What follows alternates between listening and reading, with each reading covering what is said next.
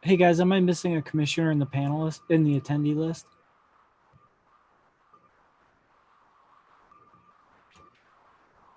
I think Damiana is going to join soon.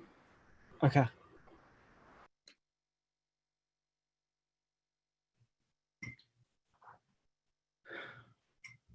How are you guys? Not too bad. How are you? Doing well.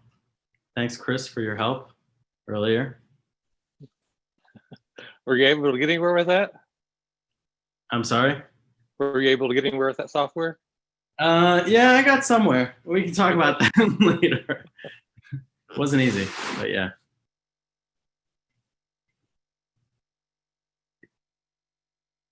So 1 second, let me just tend to a couple needs while we wait for Damiana.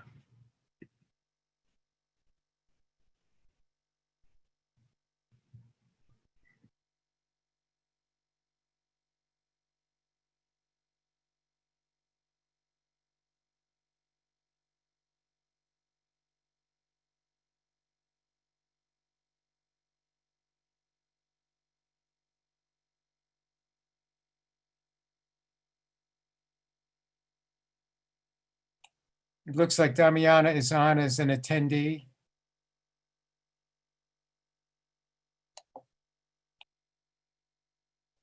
Looks like Ted said he was having trouble getting the audio. He was.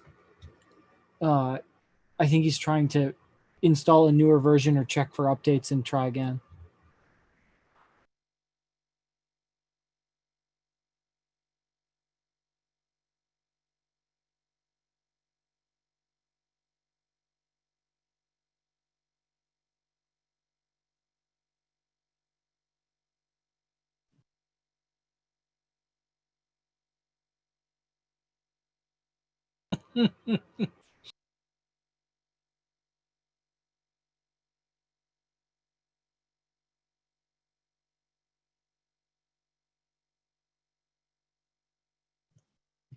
Nice cat, John.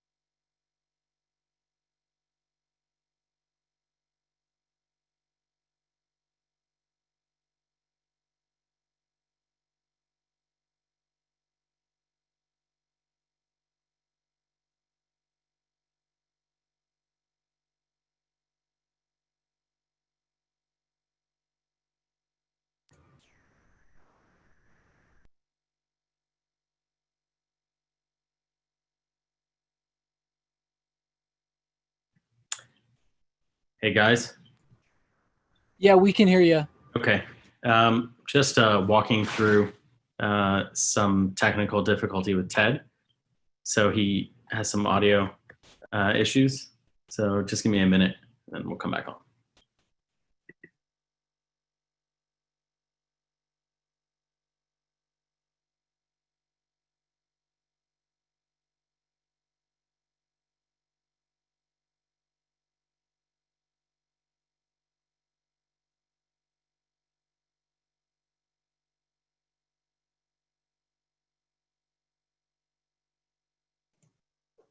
Are we almost ready to start?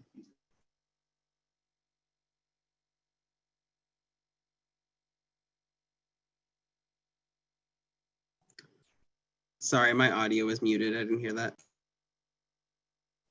I think Amir and Ted are working through some technical difficulties. So almost there, I think.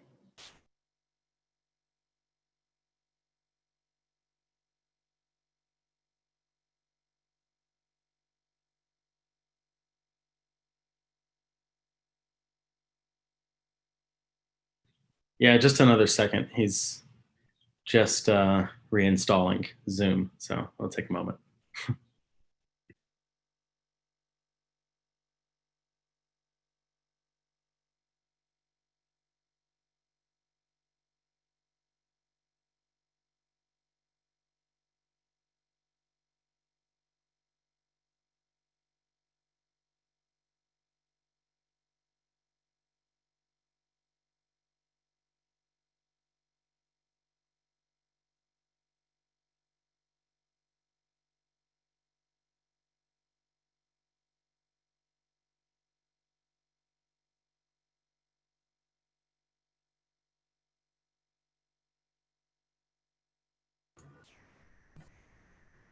Hey everyone, it looks like some of you might be in your first Zoom webinar. Everyone in the chat who's asking if they can speak, you'll be recognized in the normal process of like an in-person ANC meeting, but by default, all that you can do is listen until that time.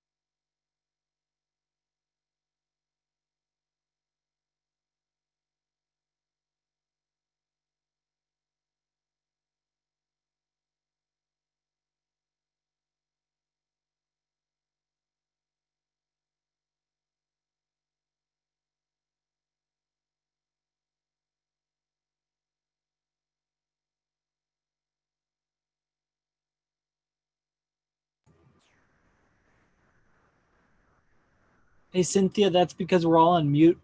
We're just waiting for, or it might also be your Zoom version, but we're generally all mute and just waiting for Commissioner Guthrie to fix some technical issues.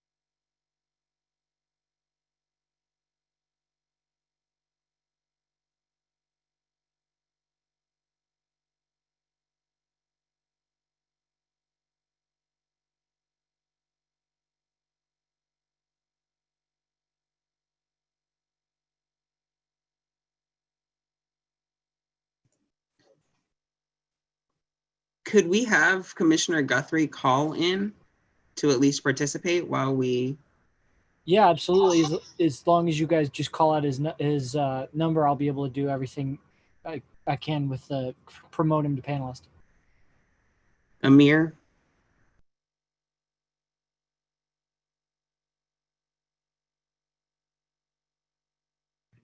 So he's probably just a couple more minutes away.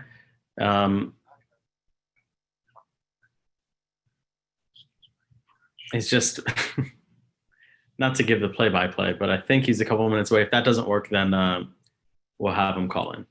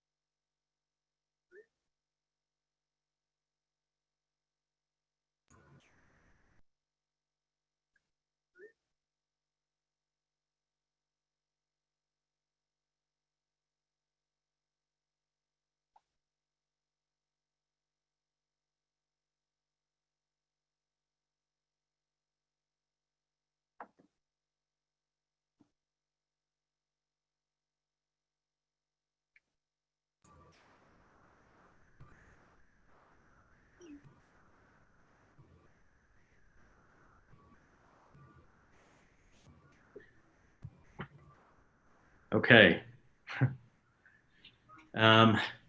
Let's get started. So Commissioner Guthrie is going to, he's continuing to work on getting in.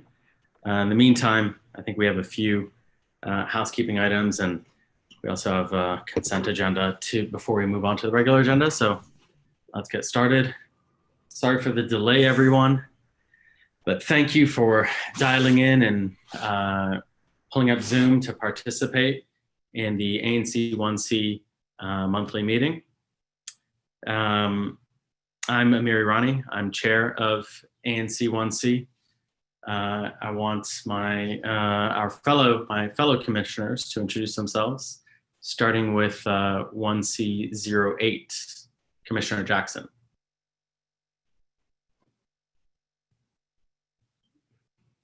You're on mute. Thank you. Hi, everyone. This is Chris Jackson from 1C08.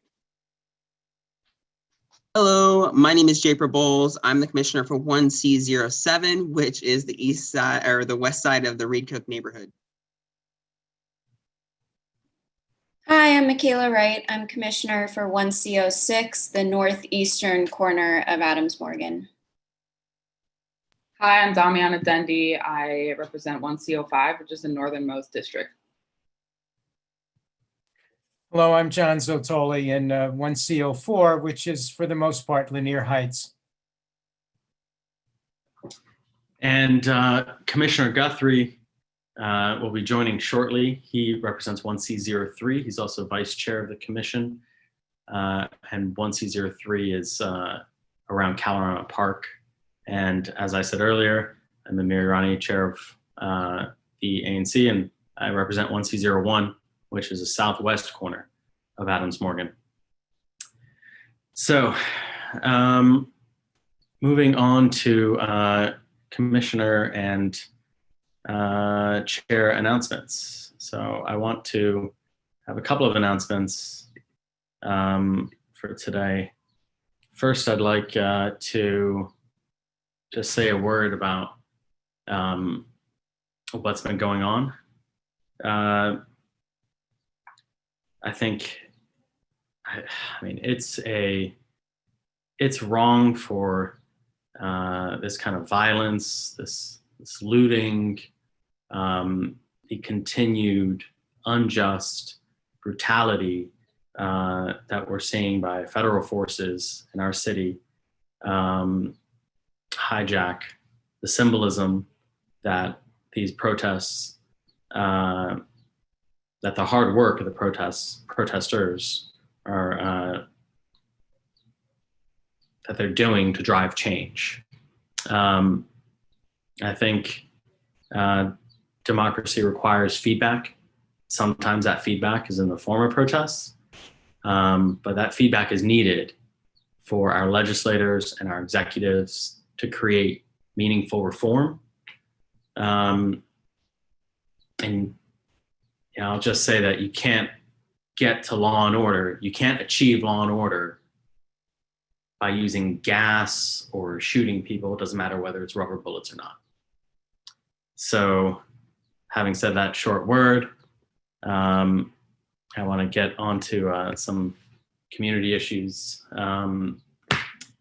Some other quick announcements. I've seen some PPE around the neighborhood, just PPE that's littering the sidewalks. I want to say it's really important to dispose of PPE, these face masks and gloves, in trash cans.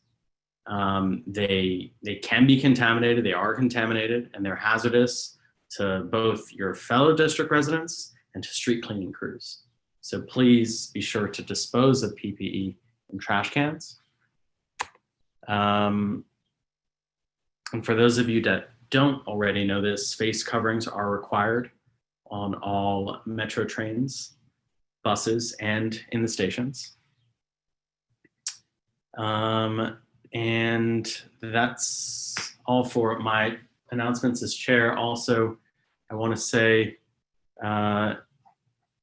for PZT, the only agenda item we have for the Planning, Zoning, and Transportation Committee meeting that will be on June 17th, also on Zoom.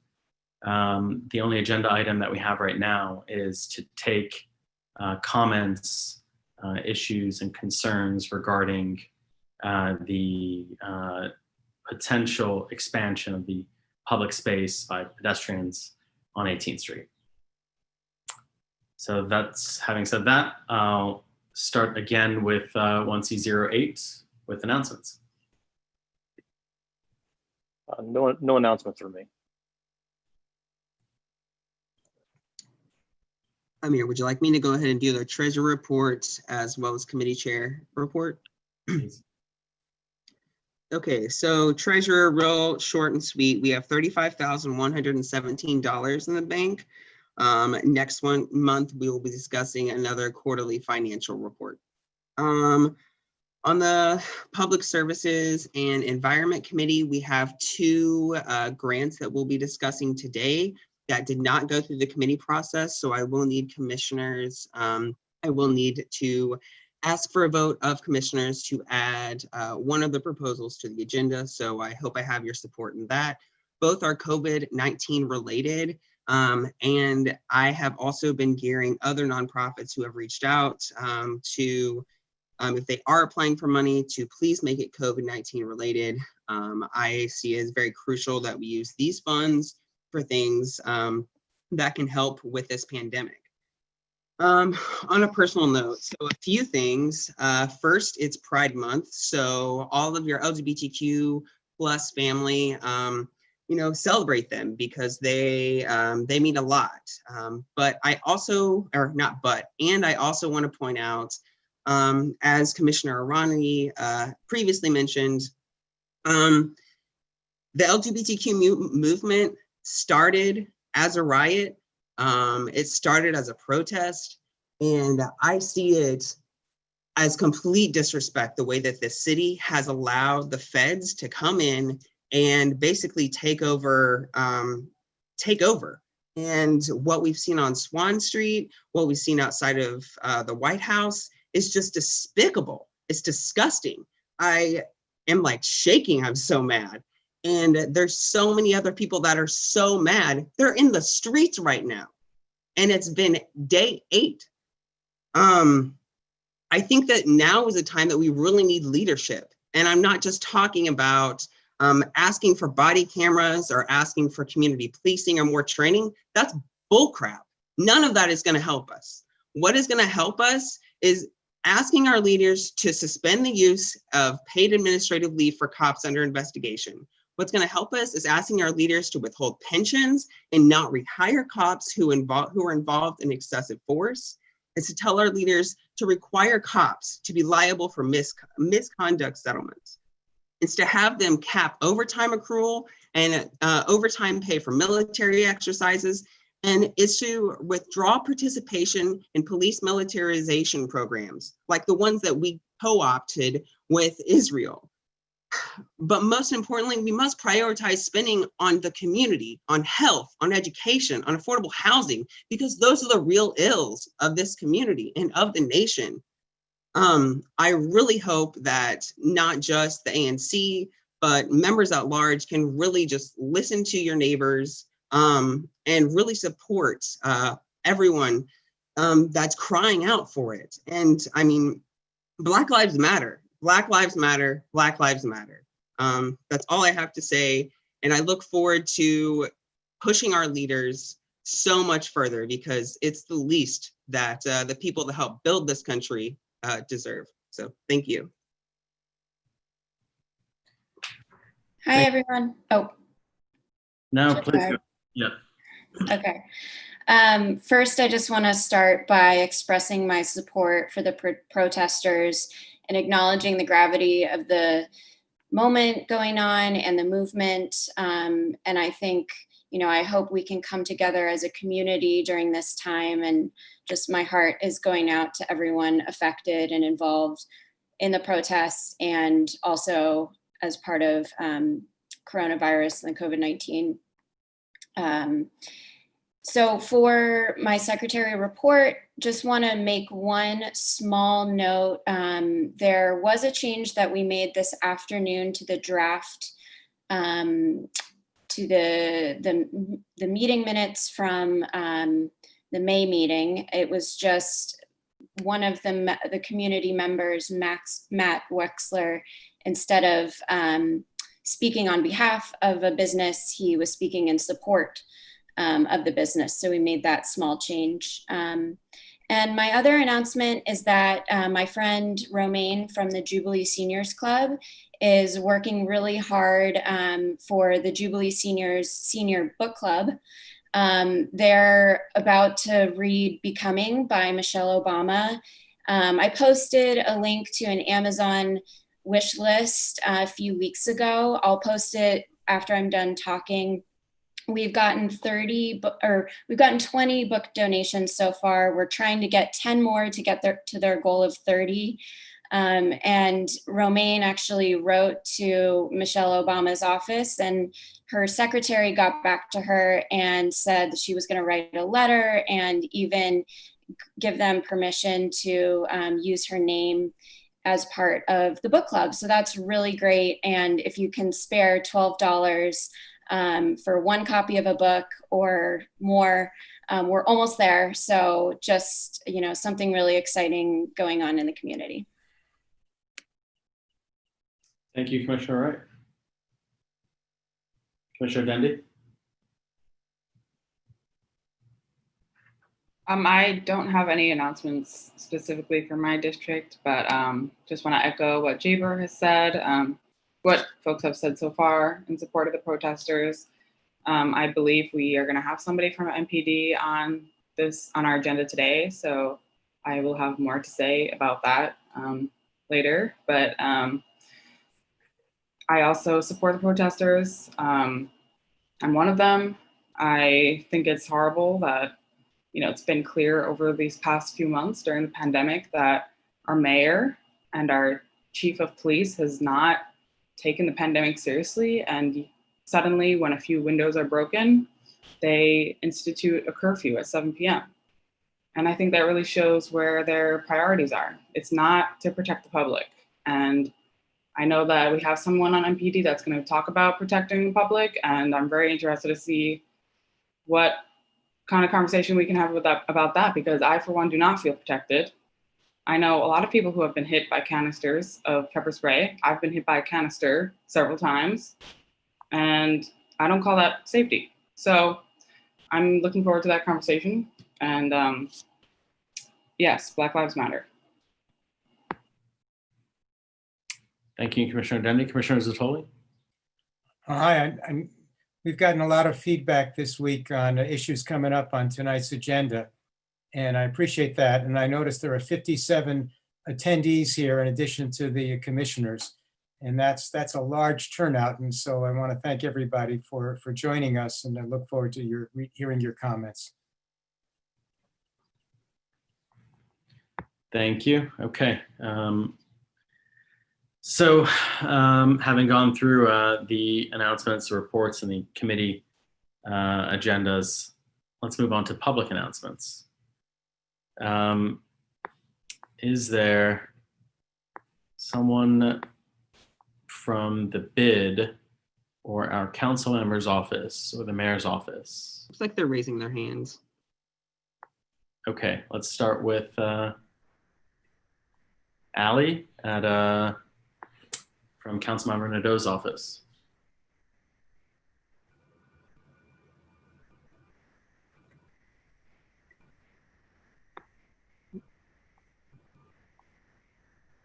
Hello, this is Allie. Can you Yep, hear me?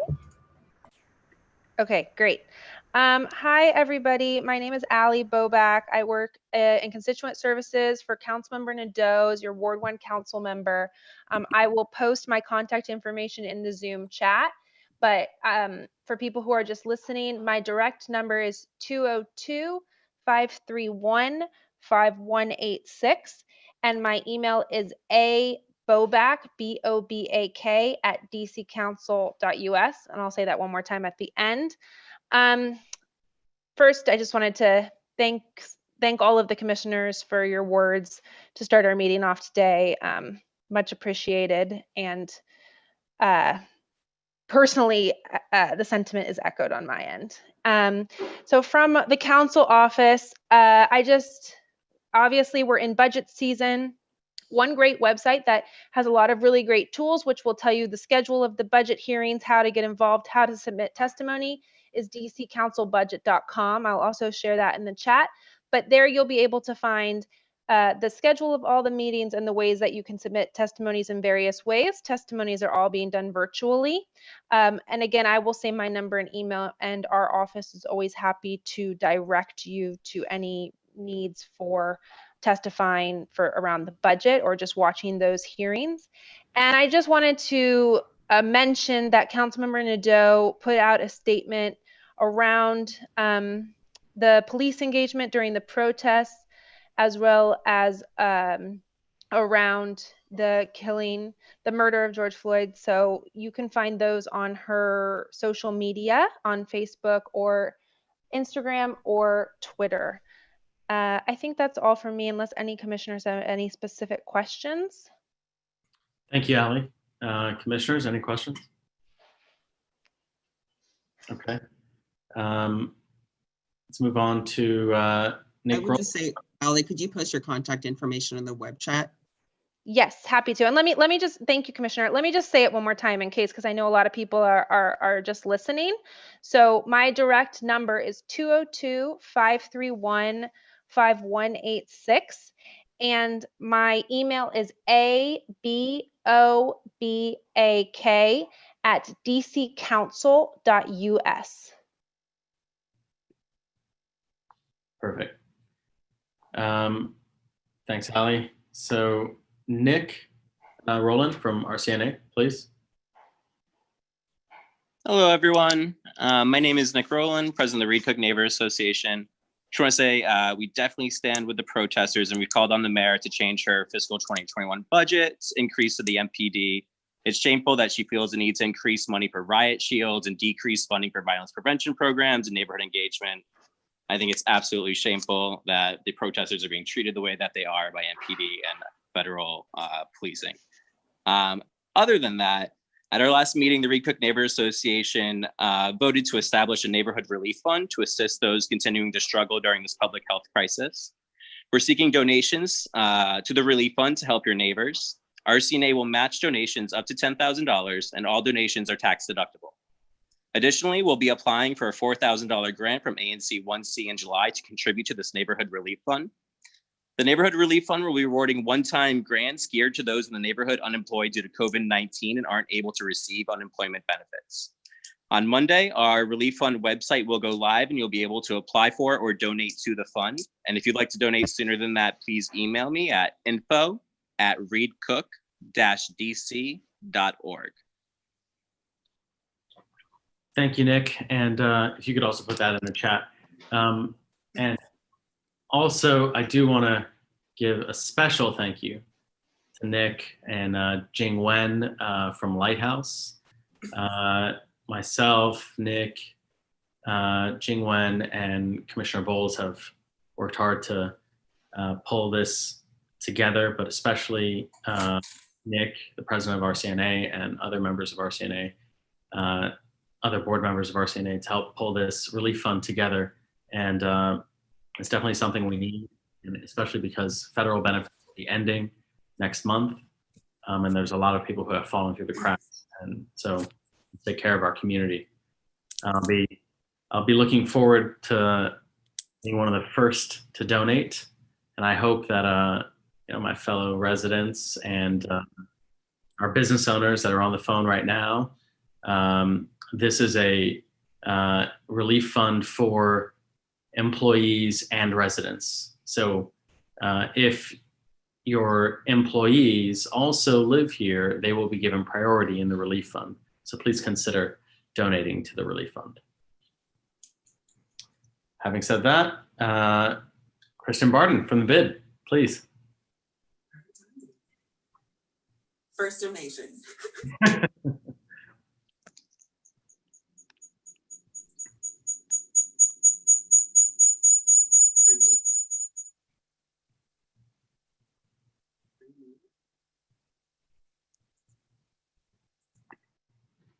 Okay.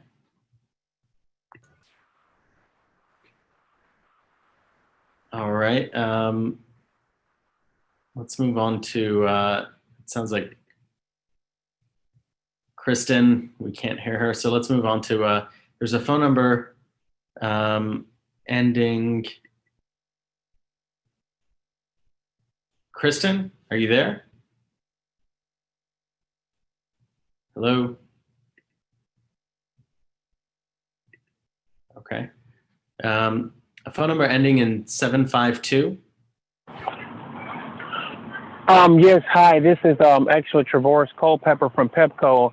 How's everybody doing this evening, commissioners and community members? Hope everybody's doing well. Thank you for your comments on the recent events, and wanted to just update the ANC about two major projects that are impacting neighbors. First and foremost, as many of you know, I've been to the ANC community about the Capital Grid project, which does include the upgrade of Champlain substation within Adams Morgan. Part of that project does involve a 10-mile transmission line throughout the District of Columbia, and we are going to be starting construction on the transmission line close in the neighborhood, starting the end of June, with the installation of 2 manholes at the 2100 block of 16th Street, which is at the intersection of 16th and W Street, bordering Meridian Hill Park. This project will actually be constructing the 10-mile transmission line along 16th Street, going down to T Street, but there will be construction along Florida Street closest to the Champlain substation in the coming years. We're not expected to start construction on the Champlain substation until 2023, and then transmission construction will be starting around that time as well, on Florida Avenue, closest to Ontario. But just wanted to alert everyone about the construction. We'll be installing 2 manholes at the corner of 16th and W Street, June 22nd, and this construction will last along 16th Street, starting in June all the way up until April 2021, where the construction will be going south on 16th Street to T Street. And then also there's a major reliability project that will be taking place in the ANC, specifically ANC 1C05, where we will be upgrading cable that is actually providing power to neighbors along 18th Street, Summit Place, and Columbia Road. We are going to start that construction, which will be installing cable as well as enlarging manholes in the area, starting in late July, going into August, and wanted an opportunity to present this information at the next ANC meeting, just to make sure that folks are very much aware of the construction and what it will entail and who's impacting, which streets will be impacted. We are sending letters to impacted neighbors, which they should receive later this month. So more on that. And then also just wanted to announce, also with the Capital Grid project, regarding construction, there will be a community meeting on June 16th at 6 p.m. It will be a virtual meeting.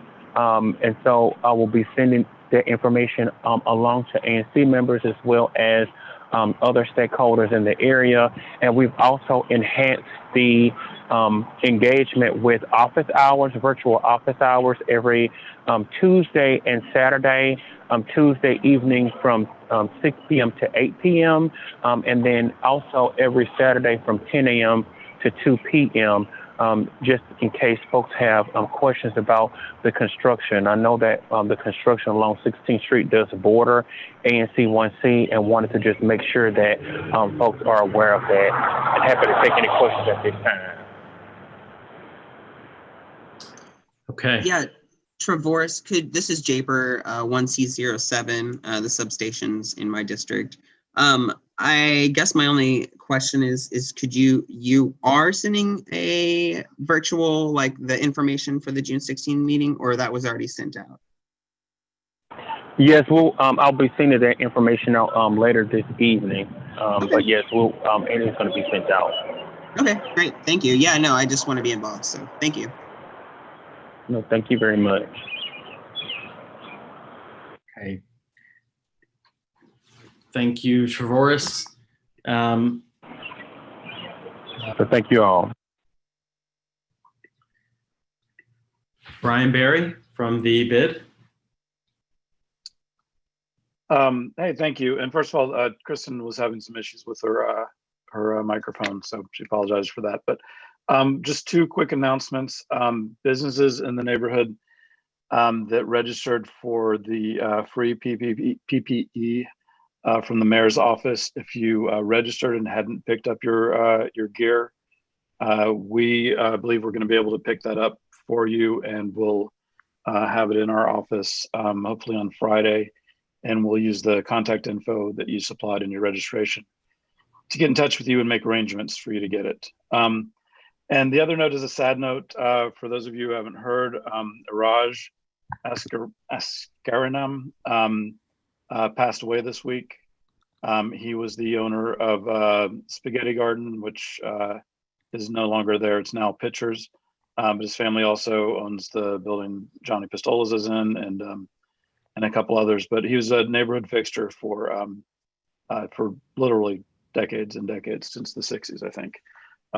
Always fun to bump into on the street, talk about whatever. Nice guy, and he'll be missed. That's it. Thank you, Brian. We have another hand up, Matt Wexler.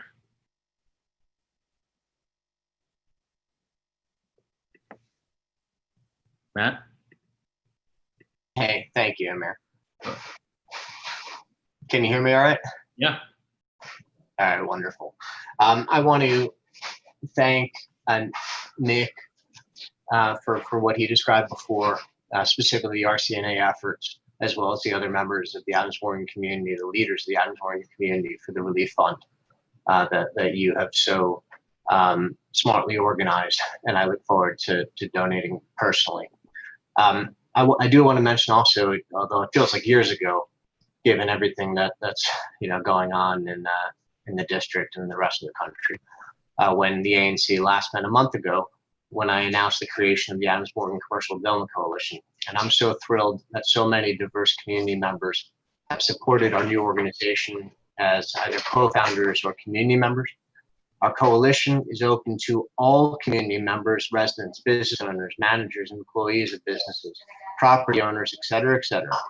And we're excited that we have helped advance our first priority, which is the concept of a partial closure of 18th Street, as I'm sure many of you joining the call now are well aware of, to hopefully help all community stakeholders from both a public health as well as an economic perspective. And please visit our website, imagineadmo.org, to learn more, and feel free to email info@imagineadmo.org to get involved. And I'll post that on the chat. Our coalition organized the community charrette that took place 2 Fridays ago. And that was very open, public, collaborative, really just to start to get ideas, again, rolling for everything that the ANC is taking an active role in leading. And we engaged Perkins Eastman, we the coalition engaged Perkins Eastman to begin putting ideas to paper regarding the concept. So thank you for everybody's engagement in this. Just over the last several weeks, we have all collectively done a tremendous amount of work in a very collaborative way, in a very public and open manner. And even if we don't agree on every single idea, the only way for us in the community to hopefully get something that works for all stakeholders is to get ideas out there, and hopefully we can all work together to advance this project and make it happen. So thank you. Thank you, Matt. So we have Miss Valentine from the People's Council. Please go ahead. Thank you so much. And I hope everyone and your family and your colleagues are well. Again, my name is Valca, Valentine. I'm from the Office of the People's Council. And specifically, I work with the Year-Old Water Services Division. And I just wanted to, I will send this information on a one-page to the council so that you might be able, the commission rather, so that you might be able to distribute this to your constituents. Just wanted to let you know that we have access to financial resources that will assist some of your constituents in the payment of their utilities. Specifically to water, DC water consumers can apply for 2 forms of assistance through the Department of Energy and Environment. And the first is known as the Customer Assistance Program, which is CAP. And it's a great program because it deducts monthly fees associated with the Clean Rivers Impervious Area Charge. And great deductions based on income. And then the second allows consumers to apply for financial assistance ranging from a minimum of $10 to a maximum of $2,000. And all you need to tell your consumers or constituents to do is to call us at the Office of the People's Council. And we will definitely tell them how to do that. You can find our contact information by going directly to our website, opc.dc.gov, or call us at 727-3071. All this information I will send to you. And the last thing is that DC Water has just announced that they're going to hold town meetings upcoming, and they will be virtual. So they're going to have these town meetings in each ward. And as soon as I get specific information on the scheduling for those meetings, I'll send that to you as well. If there are any questions, I'm here to answer them, but I really do appreciate the space and the time to offer these resources. Thank you very much. Thank you, Ms. Valentine. Okay, if there are no other public announcements, let's move on to Miss Jackie Bethia, the outreach coordinator for the 3rd District of the Metropolitan Police Department. Jackie, are you on the line?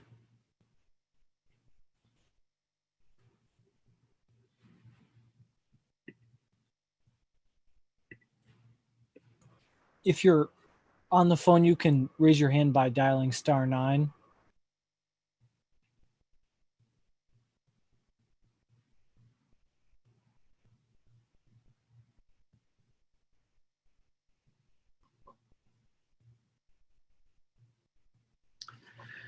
Okay, let's get back to Jackie if she's able to join. Again, if you're on the phone, you can raise your hand in the webinar by dialing *9. So moving on to the consent agenda, we have 2 items on there this month: approving the minutes from last month, as well as adding Commissioner Jackson from 1C08 to the PZT committee. So if there's no discussion or objection, all those in favor of approving the consent agenda as indicated, please say aye. Aye. Aye. Aye. Aye. Any against? Any abstentions? Okay, passes unanimously. 7-0.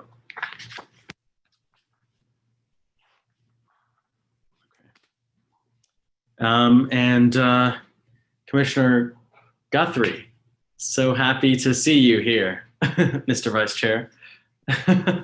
Happy to finally be online and have it working. I think we're good now.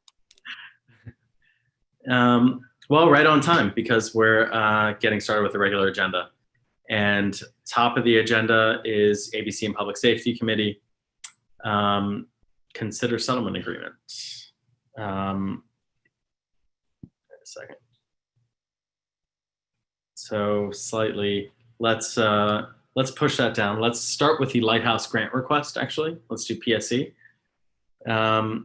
So Commissioner Bowles. Yeah, will I need to share the screen for this, or is that something Gordon or / Michaela is prepared? I just shared the link to it in the chat box. Perfect. I'm prepared to share it. Just want to make sure. I'll take over now.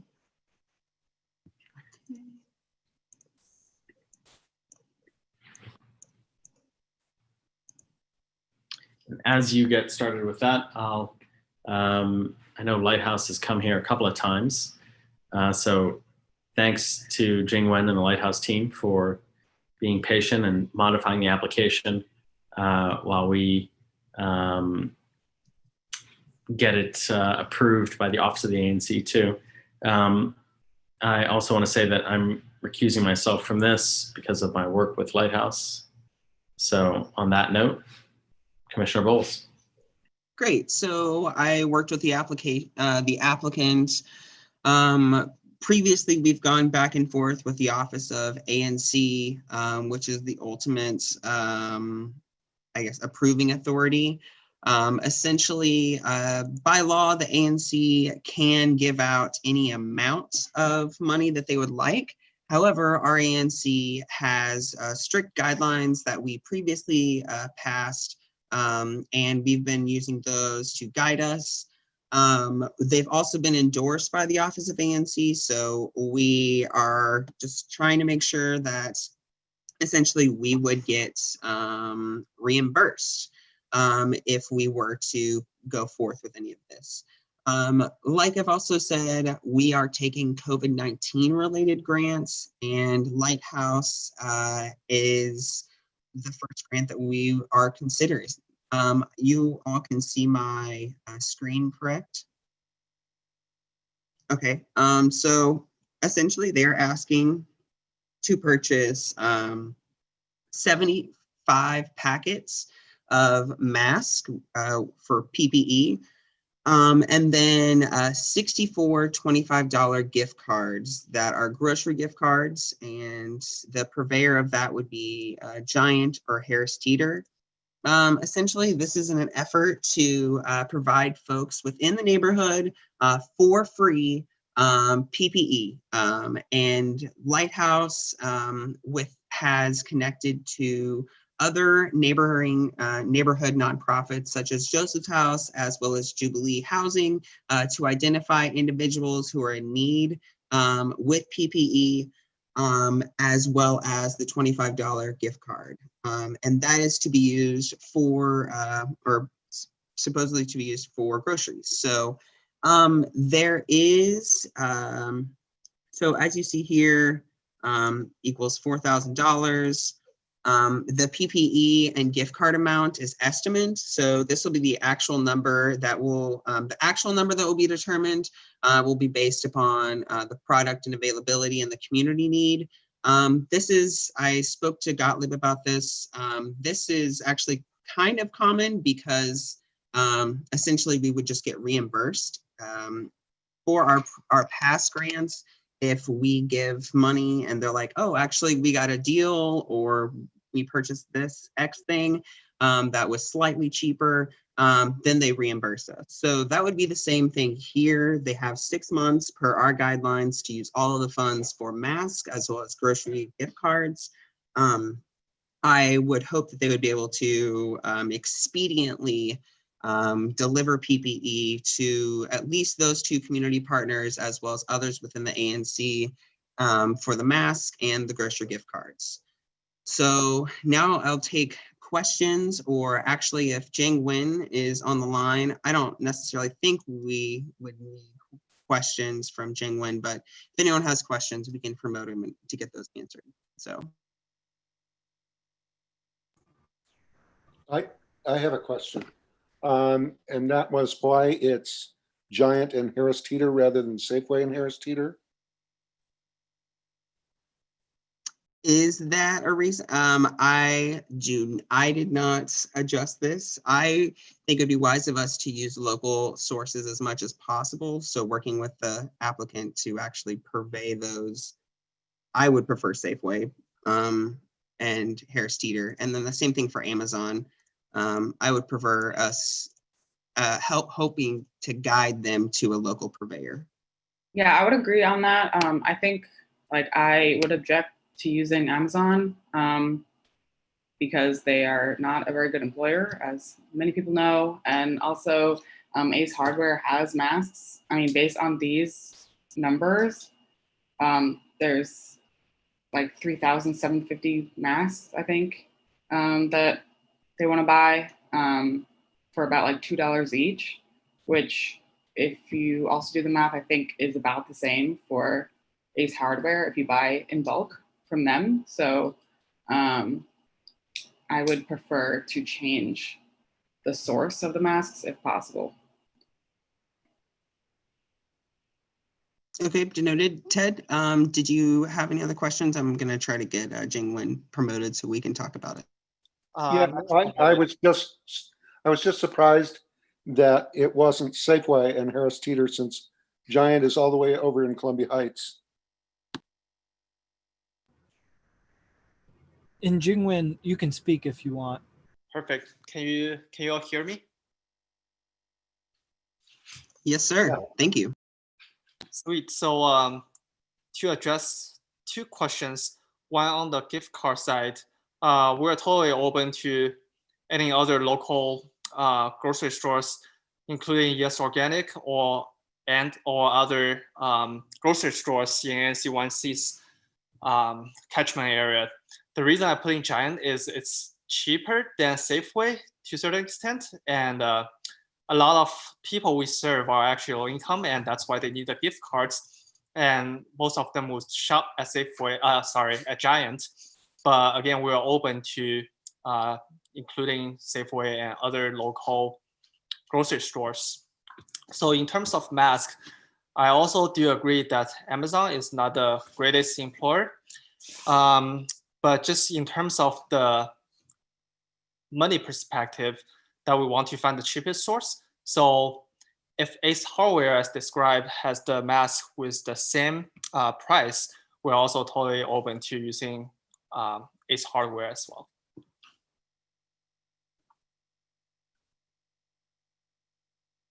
That's it from me. Thanks. So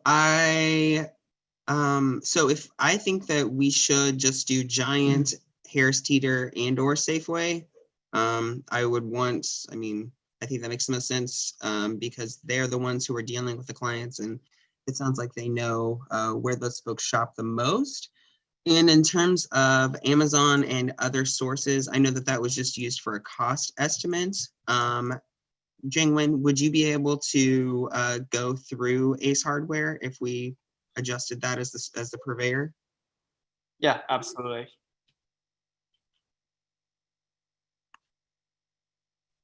Thank Okay. you. Does any other, or do any other commissioners have questions, or would we like to turn it to the community for questions now?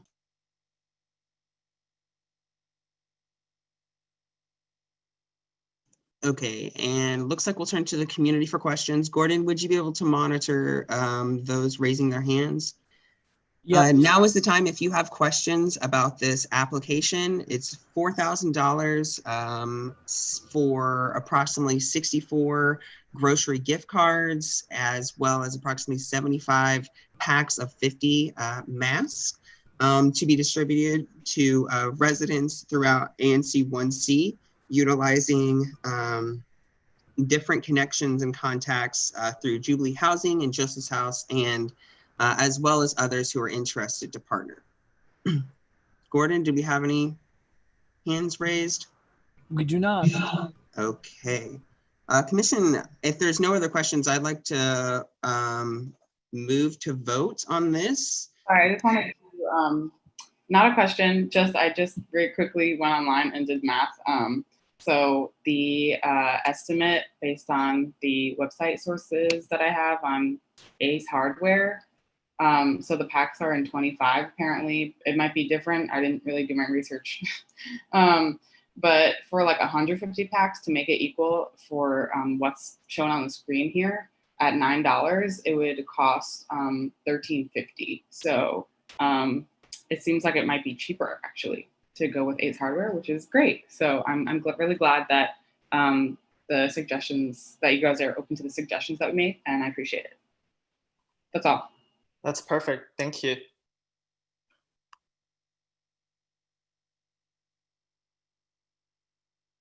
Okay, so with that, I would like to make a motion that we approve this grant. And I don't believe I need a second. I think we just need to take roll call. Is that correct?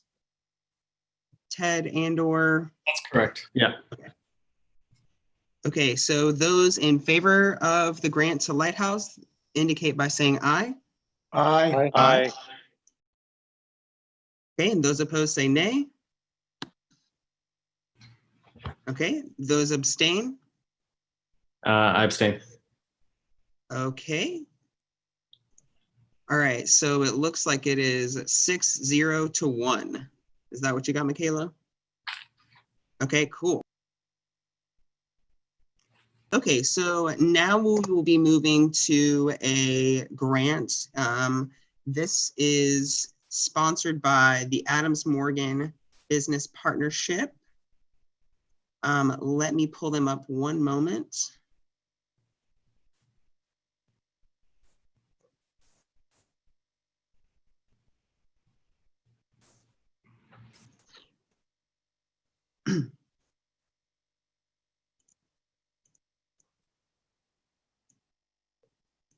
Ah. Oh my gosh.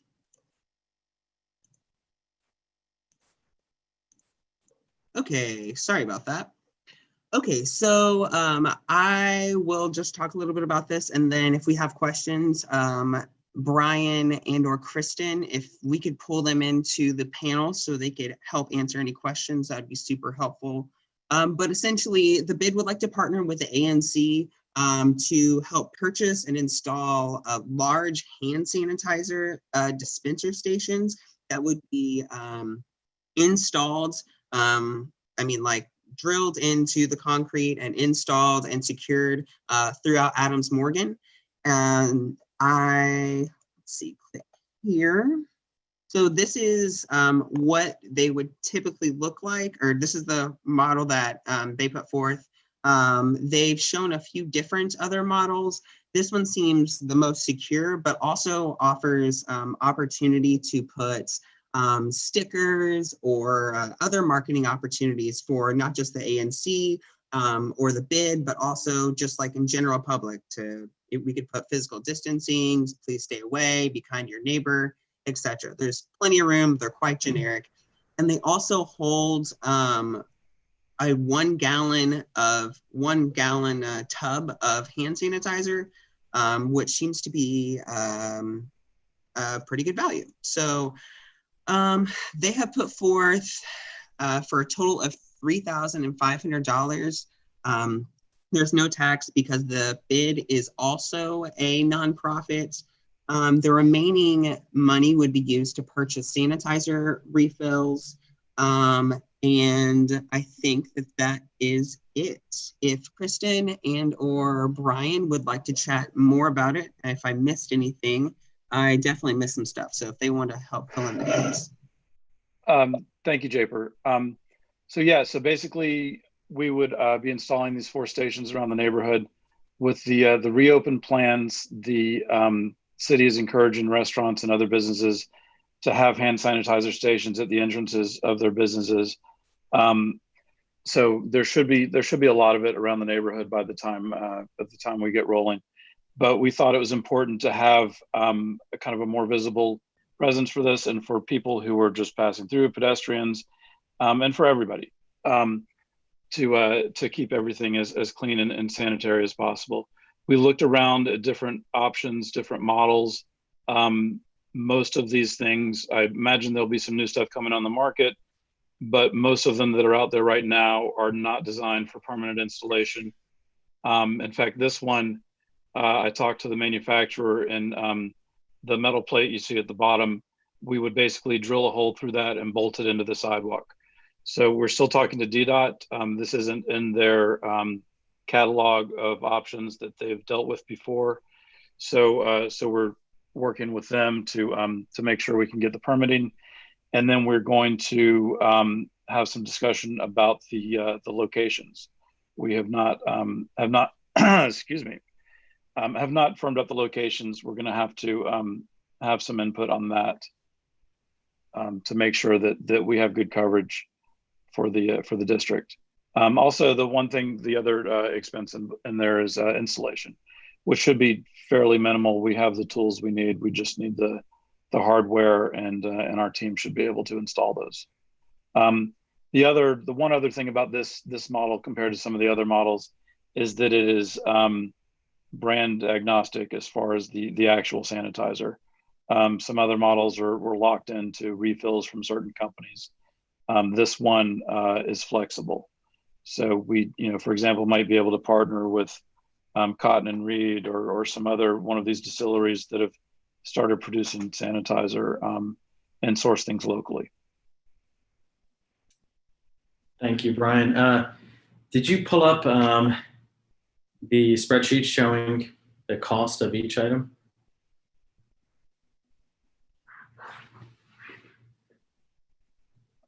I'm sorry, Amir, were you talking to me? I think Japer is. So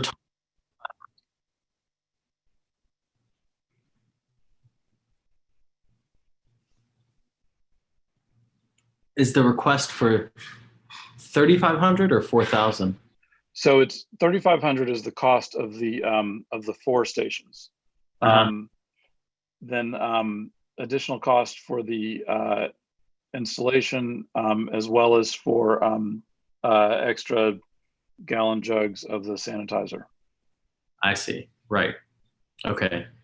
So 3,500 is the cost of the 4 those things we just saw, hand sanitizer stations, and a few $100 for the installation and for additional hand sanitizer. Yeah, that's correct. And currently, right at this moment, the company that's selling these is well, I guess it says that there, free shipping of purchases over 1,500. So we shouldn't have to pay shipping or tax on this. Right, those would be heavy items to ship to. And I believe it's a Maryland company, so it's relatively close. Right. And do you have any spots in mind for these 4 stations? We've discussed it. We haven't nailed it down. Part of that will depend on DDOT and what sort of setbacks they might require. I think we would probably want one near Marie Reed, one somewhere around the intersection of 18th and Columbia, and the other ones. Actually, reading in. Sorry to interrupt you, but sure, no problem. Looking at it, suggested locations are 2 in the 24 and 2300 blocks of 18th, which makes sense. 1 in the 1000 and 1 in the 1700 block of Columbia. And all that, it makes perfect sense to me. Those sound like good areas. Commissioners, what do you think about the placement of these 4? I'll repeat, it's just the 23 and 2400 blocks, and that's our dense commercial blocks. 1 in the 2000 block, which would be over in the block where Blackguard and Cake Room are, and then on the 1700 block where I assume Federalist Pig and Potter's House, that portion of the block. So I think it's a little farther down towards the Safeway, maybe. I mean, one of the goals here is the population of people who are hanging out in the neighborhood and aren't necessarily going into businesses to make sure that everybody has opportunity to sanitize their hands and when they interact with people. Mm-hmm. And the ongoing maintenance of this will be done by the bid? Yeah, the bid would take care of the maintenance and the refilling going forward. And should something break, will the bid replace it? Well, hopefully that won't be a problem, but yeah, I believe so. Okay. Honestly, that's not something we discussed, but yeah, I think we would be taking care of them. Yeah, from what I can see in the graphic, in the picture, it looks like, is that a foot pedal? And the foot pedal? So it's a fairly simple device. So there's a foot pedal. The jug of sanitizer goes in the hexagonal area there, and then there's basically a plate on top that comes down as you press the foot pedal, squeezes the dispenser. So it's completely hands-free. You just have to touch it with your foot to activate it. Yeah, my only concern is this thing breaking, right? It's kind of a couple of mechanical parts that could easily break. I don't know if this was designed to be. I think you had said it's not designed to be out in the street, or. No, this is kind of an all-weather device, and it's a very simple machine as far as I can tell. It's basically, I haven't seen the inside, but there's a pedal, and I believe like just a steel rod that goes up to that lever and pulls it down, depressing it, and the sanitizer comes out in your hands. Also, this one, unlike most of the ones that we found, has a lock. So we'll be able to secure it, because a gallon of sanitizer, at least this week, probably wouldn't last very long. Hopefully, at some point, it will be enough everywhere where people aren't clamoring for it. Can we coordinate on the exact those blocks or something that you mentioned? And they make some sense to me in terms of where people are, the density of the businesses. I know Buy Safeway actually makes a lot more sense. There's also a big Capital Bike Share station there. I always think when I take a bike out that some time where I wish I had hand sanitizer. Good point. Yeah. Yeah. So if we can coordinate on the exact placement, conceptually, I'm all this. Just don't want it to break, right? Yeah, no, absolutely. And obviously we don't want to break either, but yeah, we want them to be in places where it's convenient and useful for the neighbors and visitors as well. Right. So let's, if the commissioners don't have any questions, I want to turn it over. There's a couple of members of the public here. So Jordan, go ahead.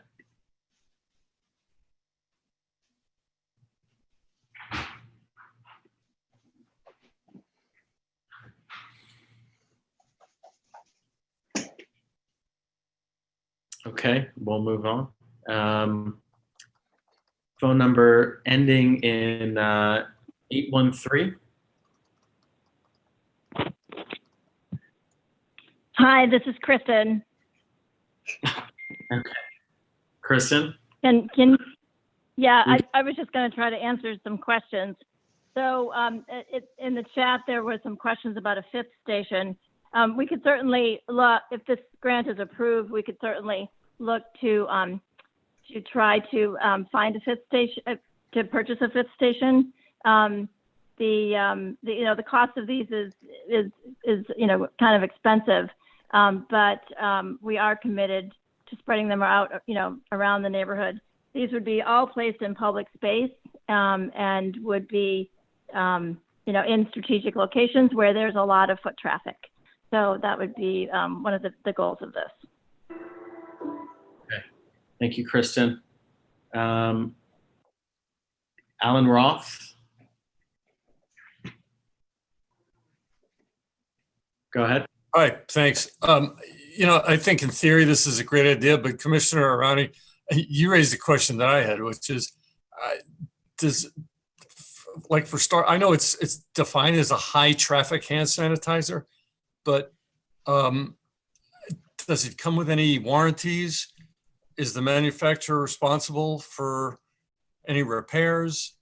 Once this thing is bolted into the sidewalk by the bid, is the warranty voided?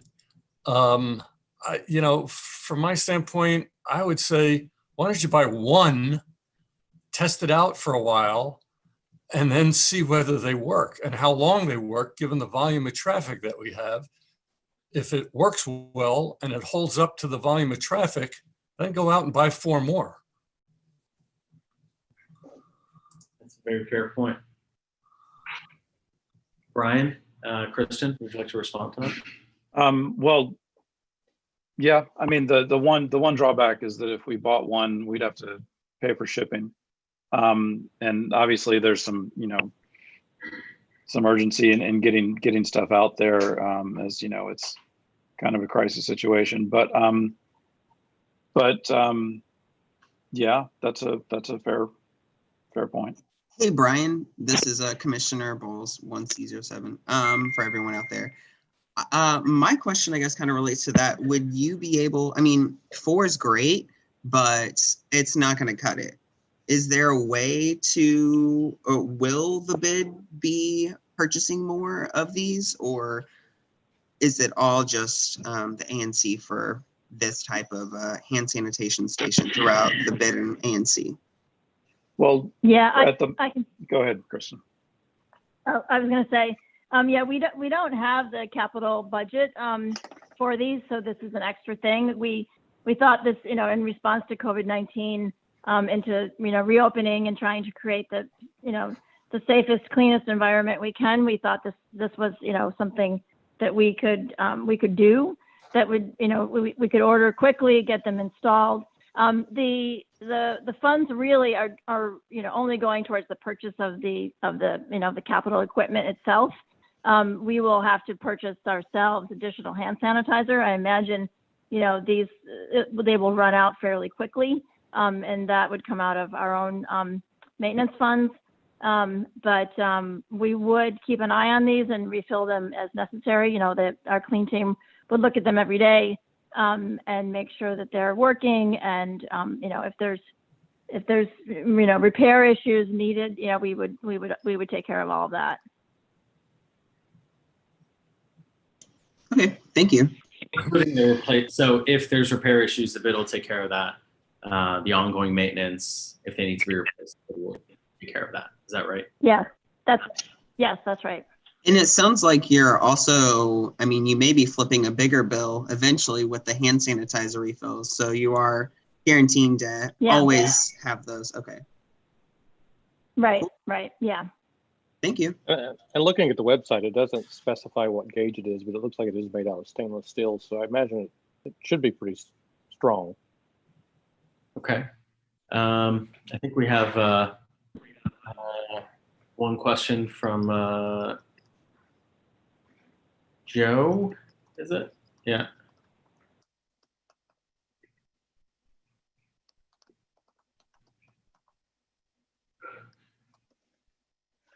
Seems like he's having some technical issues too.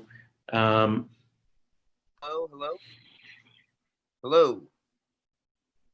Joe, okay. Can you hear me? Yes. Oh, hey, how you guys doing? Doing well, thank you.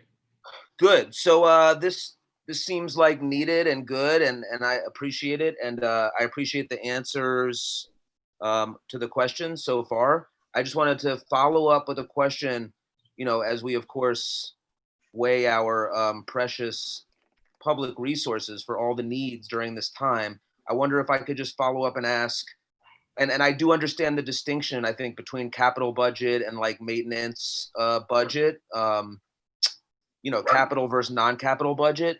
My question would be like, what would need to happen to have the bid, like what would be the process to have the bid have funds available for something like this if it's not available now? Thank you. Thanks, Joe. Kristen or Brian, you want to take that? Our next budget cycle begins October 1st. We presented a draft budget to the board in May. We'll continue to discuss it next week at our June 9th board meeting. And hopefully that budget would get approved in July, but that wouldn't start until October 1st. So this seems to be quite urgent, and that's why that's why we're submitting the grant now, because we don't want to wait till October when our new budget year starts. We wanted to do it sooner than that. So, Kristen, this is Japer 1C07 for everyone else. What do you think that there is, from board bid members, do you think that there's a good feeling to expand your capital budget for October on to have more than just 4 throughout the ANC? Yeah, sure. I think that's a possibility for sure. Yeah. It's just those funds won't be approved. That budget year starts October 1st, and we thought that this was more urgent. No, totally. Yeah, I mean, I think that just for me personally, us helping supply 4 now and then hopefully knowing that, when it is busier, and when you are able to approve funds for it, that, the bid would go forth and add additional dispensers where they see necessary. So it sounds like you're willing to be a good partner on that. So. Yeah. I mean, the grant is basically to get this started. We don't know how long the hand sanitizer, the gallon jugs are going to last. It depends on their use, of course, and it's, that's hard to anticipate.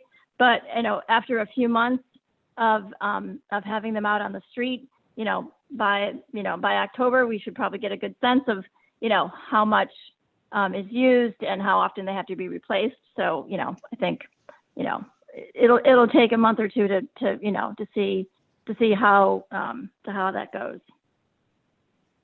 Great, thank you. Okay. Any other questions from commissioners, members of the public? I move to, this didn't come out of committee, so.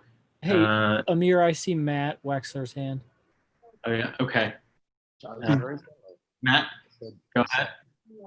It seems like a small item that the bid should. Thanks, Mayor. I think this is a great idea, and it's something that's probably a couple months behind where we should be as a community. So thank you for pushing this, Kristen. I do believe, as I mentioned in the chat, that it is important part of the equation here to consider what the potential annual cost is of the sanitizer moving forward. Because if it's an ungodly amount of money, no one's going to want these hand sanitizer stations to be sitting around empty. And, we've installed these in a number of buildings, and they're not these type of stations that have to be screwed into the sidewalk. There are a lot of stations that can be pushed up against, maybe even a telephone pole. Perhaps, many property owners or tenants aren't going to want them to be on buildings themselves, but there may be other ways to do this other than having to, get approvals from DDOT and disrupting the sidewalks. That's something else to consider as well here in this proposal that, may make the neighborhood look better. So the installation for these is literally it's less than putting in a bike rack. It's a couple bolts into the sidewalk, and when they're removed, it's like a 1/4 inch hole. So it's not a huge impact to the sidewalk if in fact we had to remove them at some point. But yeah, we think it's a worthy project. No, I'm not talking about the cost of the install. That's minimal. I'm talking about the annual. Again, I'm making up the number. Obviously, it's not going to be $1 million a year of hand sanitizer, but I think you'd be surprised how this stuff is used all the time, as it should be right now, right? I mean, I don't think no one's arguing about that. The point is that has to be factored into an ongoing budget discussion if we're going to have these stations installed in the first place. So it's not just about putting the stations in; it's how it's going to be operated and funded on an ongoing basis moving forward. Sure, understood. And as Kristen said, we're not going to know how much product is used in these until we get them out on the street and see. So I mean, we feel it's going to be something we're going to be able to take care of. If it's literally $1 million, then maybe not. But we think this is something that we're going to be able to maintain without stretching too much.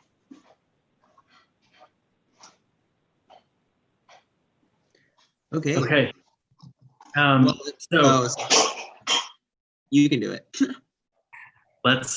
This didn't come out of committee, so this has to be. There has to be a preliminary motion to put this on the.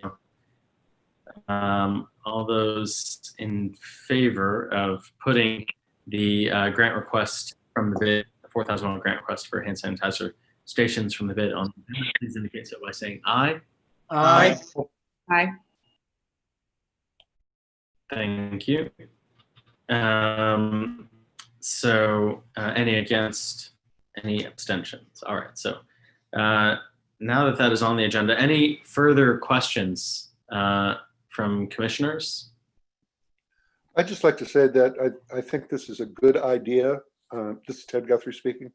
I think this is a good idea, and I think 4 stations is a good starter number to give us some concept of what the need is and how much it'll cost to continue it down the line.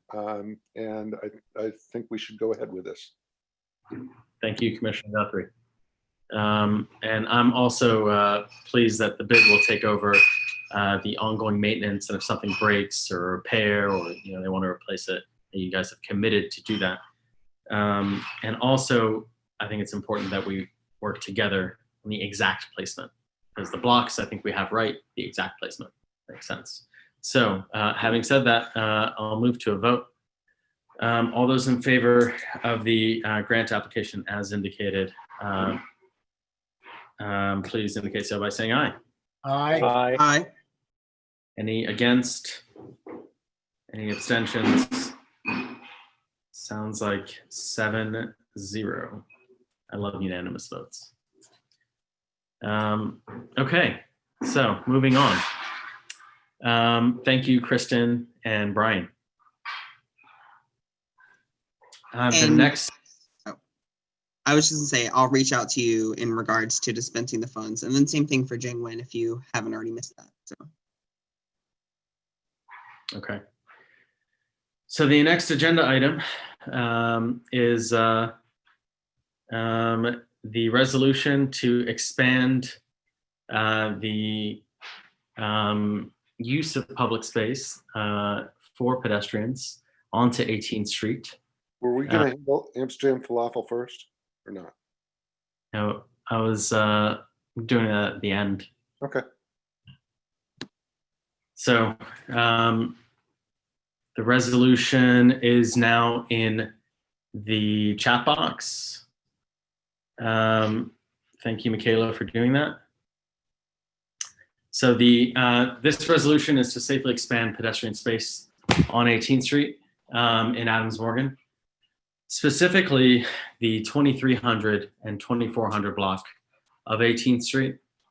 I want to say a few things. First and foremost, this resolution is a public health measure. I myself had dinner on 18th Street over the weekend, and though I very much enjoyed my dinner outside in the Sidewalk Cafe, and I wanted both to patronize one of my favorite businesses, but also to really get a feel for what the situation is like in a phase 1 reopening. And having done that, I can say, and I'm more convinced than ever, that it is impossible for diners, for patrons, for residents of 18th Street to safely, physically distance themselves in this current environment, with cars in the travel lanes and cafes, and what's left is maybe some 6 feet between my table and the entire sidewalk. So what ended up happening was people were on the sidewalk, sometimes standing over my table, sometimes while I was eating. A lot of people don't have masks on. It's a very difficult situation when we are now in phase 1 reopening, but yet no one has the space to physically distance themselves. And many, many people don't have masks on. So very, very few people have masks on. Having said that, we have this resolution meant as a solution to expand the public space so that the safety of our residents, the safety of the people of Adams Morgan becomes first. So with that quick intro, and the link is in the chat box. You can also find the link to the resolution on our website, anc1c.org. I want to open up to commissioners to have a word about this. Commissioners, please go ahead.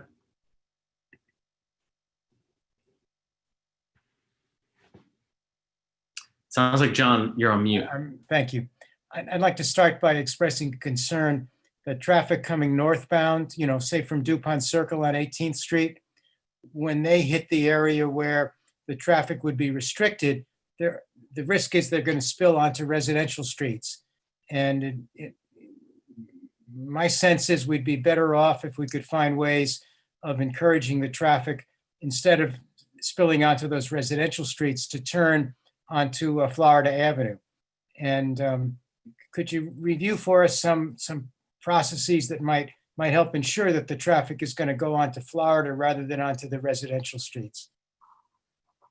Thank you, Commissioner Zatoli. So as indicated in the resolution and on the attached map that is a part of that resolution, the local roads, Vernon and California and Wyoming, are meant for local traffic.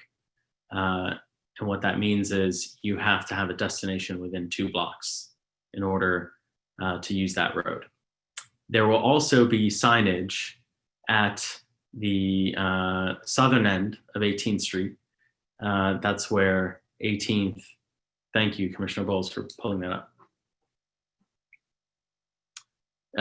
So at the southern end of 18th Street, where Florida 18 all meet, there will be signage to indicate that it is not a through street. You will not have access to Columbia Road.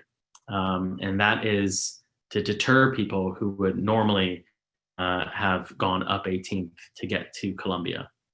So that should reduce the amount of traffic coming up 18th.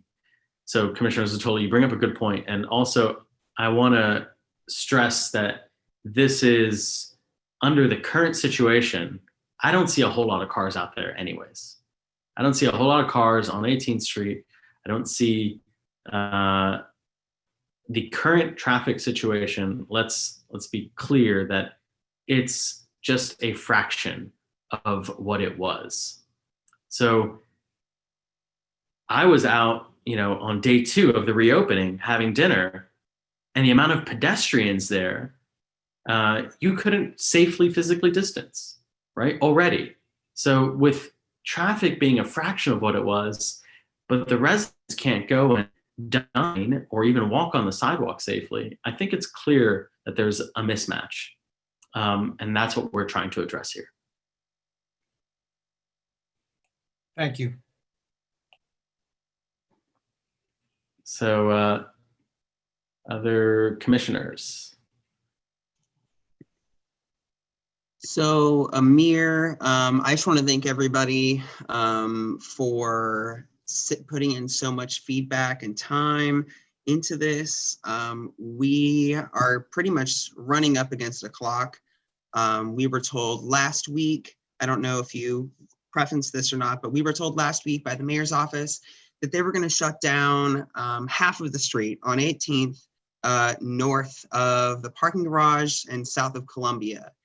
And the community and everyone that was on the call and has heard about this plan pretty much immediately repudiated it, mostly because as soon as we heard about reopening, people were thinking, how are we going to reopen 18th Street? There's no way we're going to do this. It's way too compact. It's way too crowded.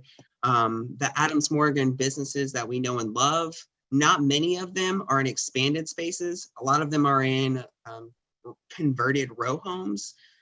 So they're already really tight. How are people going to keep physical distancing? And Amir, I know you referenced you dining, but it's pretty evident that, traffic is down. And people who live in this neighborhood and in the neighboring communities, such as Mount Pleasant, Columbia Heights, they're coming to Adams Morgan, they're leaving their cars and they're walking. And whenever we think about opening up 18th Street, I want to do it because it is a health crisis. If we do nothing, imagine what's going to happen.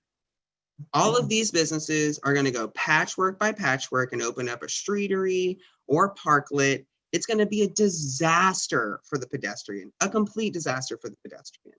So I'm a pedestrian, I have bikes, but I think that that's the lowest common denominator. And what I really want to do is just ensure that a person with a stroller, a person who is in a walker or a wheelchair could safely use with physical distancing, go to any of these businesses on 18th Street, or go to the post office, or go to FedEx. I want people to be able to safely travel 18th Street and Adams Morgan. And I would actually like it if we could, in this resolution, resubmit our sidewalk extensions, because it's been a month and we still haven't heard anything about our sidewalk extensions that have had numerous community input. I've heard from business owners about this conversation saying, where are our sidewalk extensions? So I would love to add an amendment to further reinforce that Adams Morgan is a walkable area, a walkable neighborhood, and we only want to increase that. So I will, after all of this debate, I would like to move forward and add a friendly to resubmit our sidewalk extensions.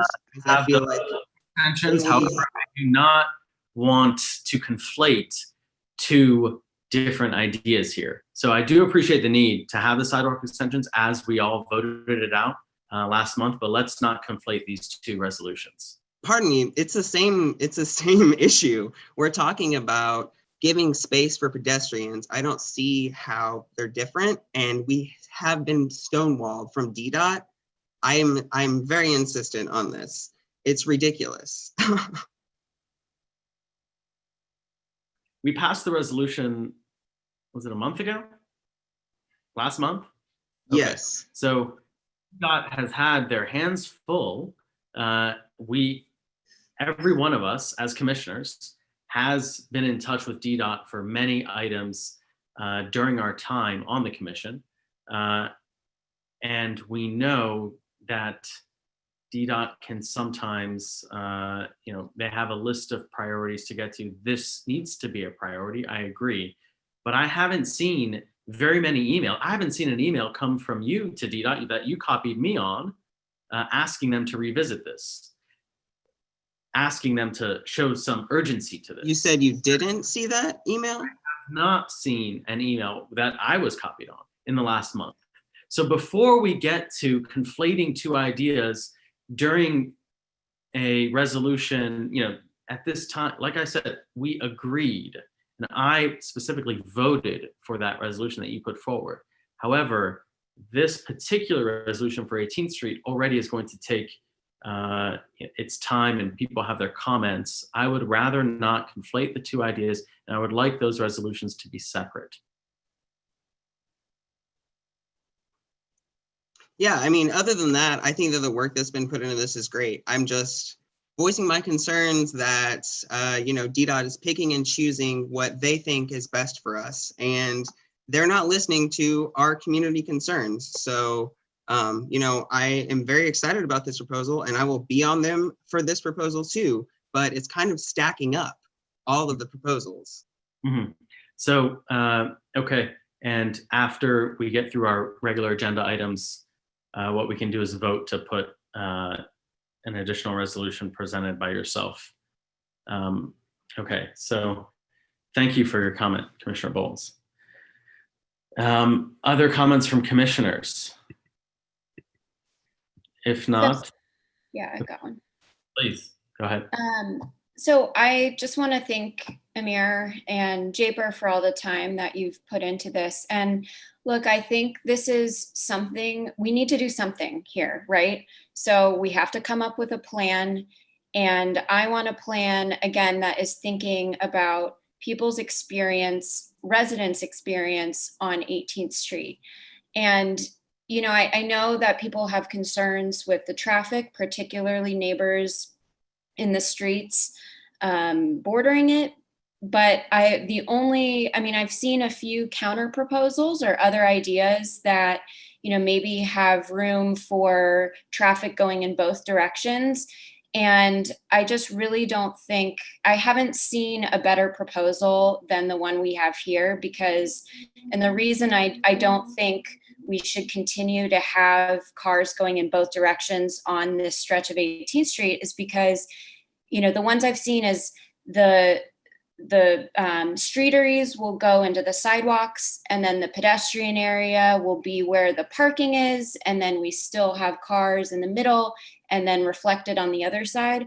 But when you think about where people are going to walk, that's just not enough room. And I think we need to first and foremost think about how we can give people enough space to move through this area safely. And I just really have not seen an alternative plan that does enough in that area. And I just think it's really important that we do something. And this is why I'm supportive of this proposal, because I think it's the best one out there. Thank you, Commissioner Wright. I appreciate those words. Other commissioners?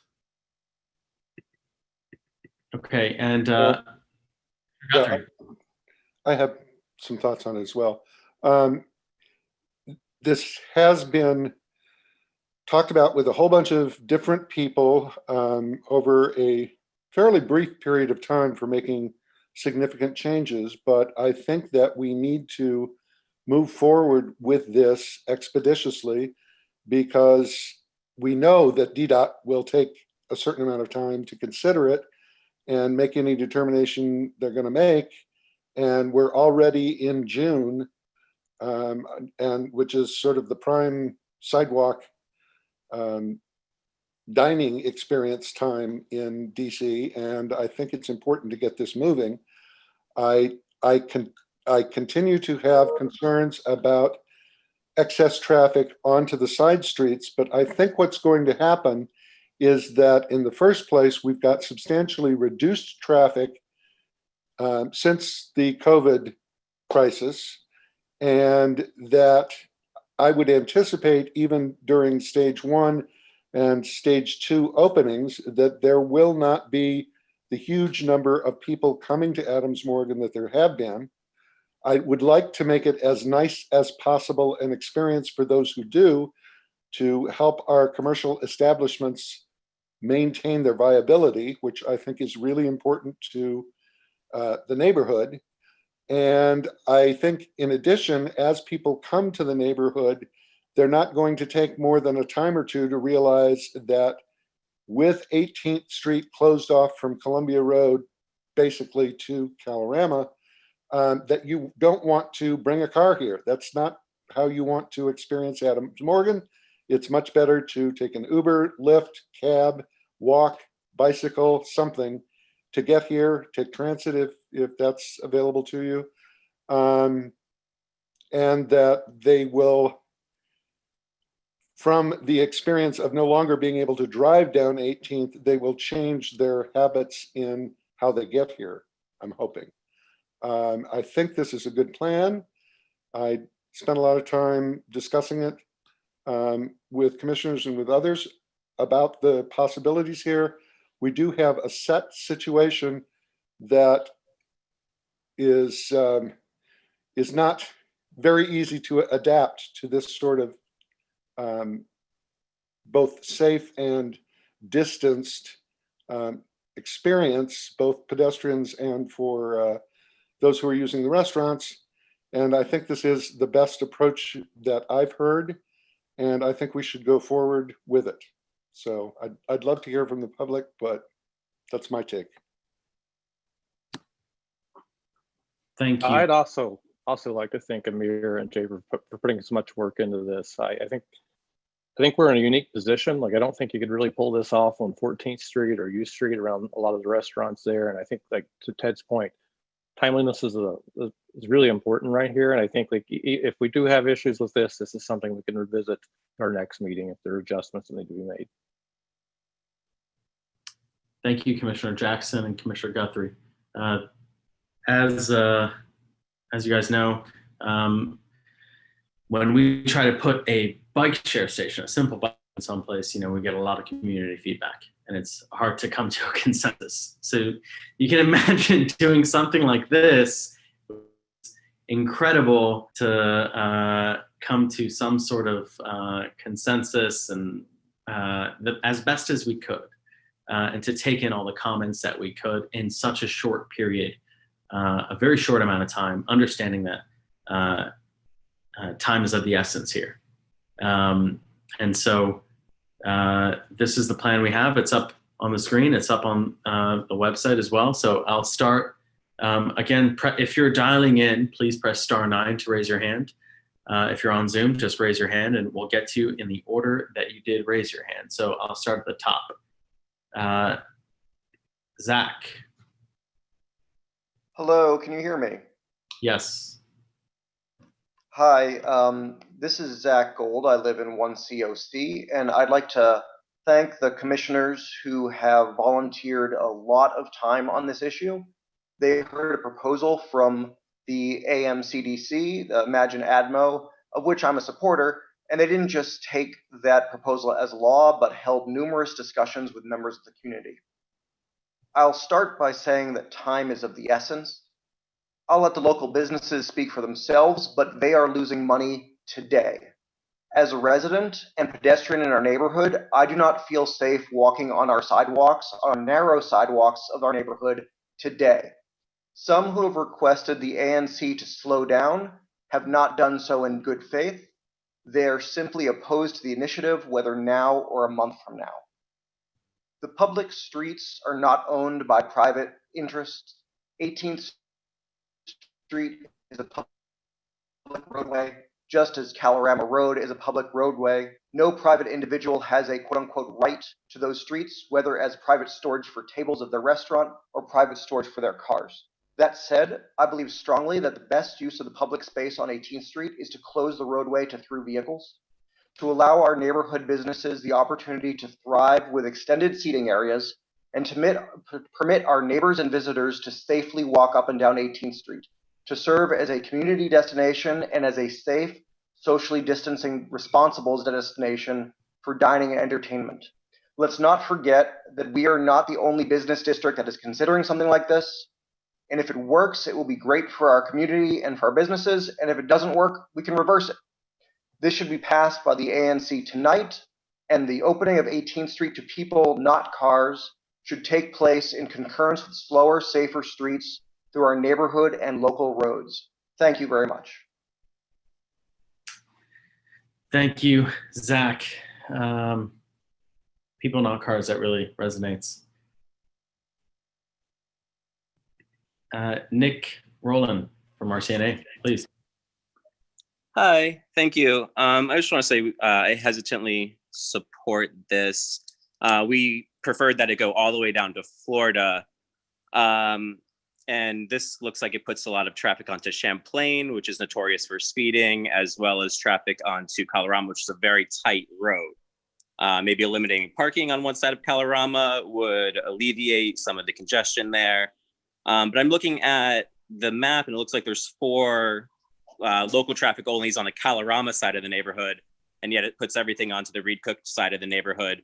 I just want to have the same consideration as Kalorama's residents, just because they're larger row homes, more expensive row homes, you know, and we have apartments on our side.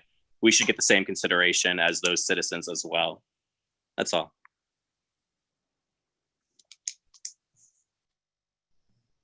Thank you for your so the concern about the amount of local roads, local traffic only roads, I think that was the concern there. So noted. Kate Madigan. Hi, yes, thank you so much for the time. And I want to thank all the commissioners for all the work they've done on this. I wrote a letter and I'm very sympathetic to the issue, obviously, and very supportive of the overarching goal that we're all trying to support here, and especially ensuring strong public health measures. As a person that lives right at the corner of 18th and Kalorama, I'm at 1806 Kalorama, right next to Susie. My concern is really the implementation here of that zone and the impact that it will have on the west side of Kalorama.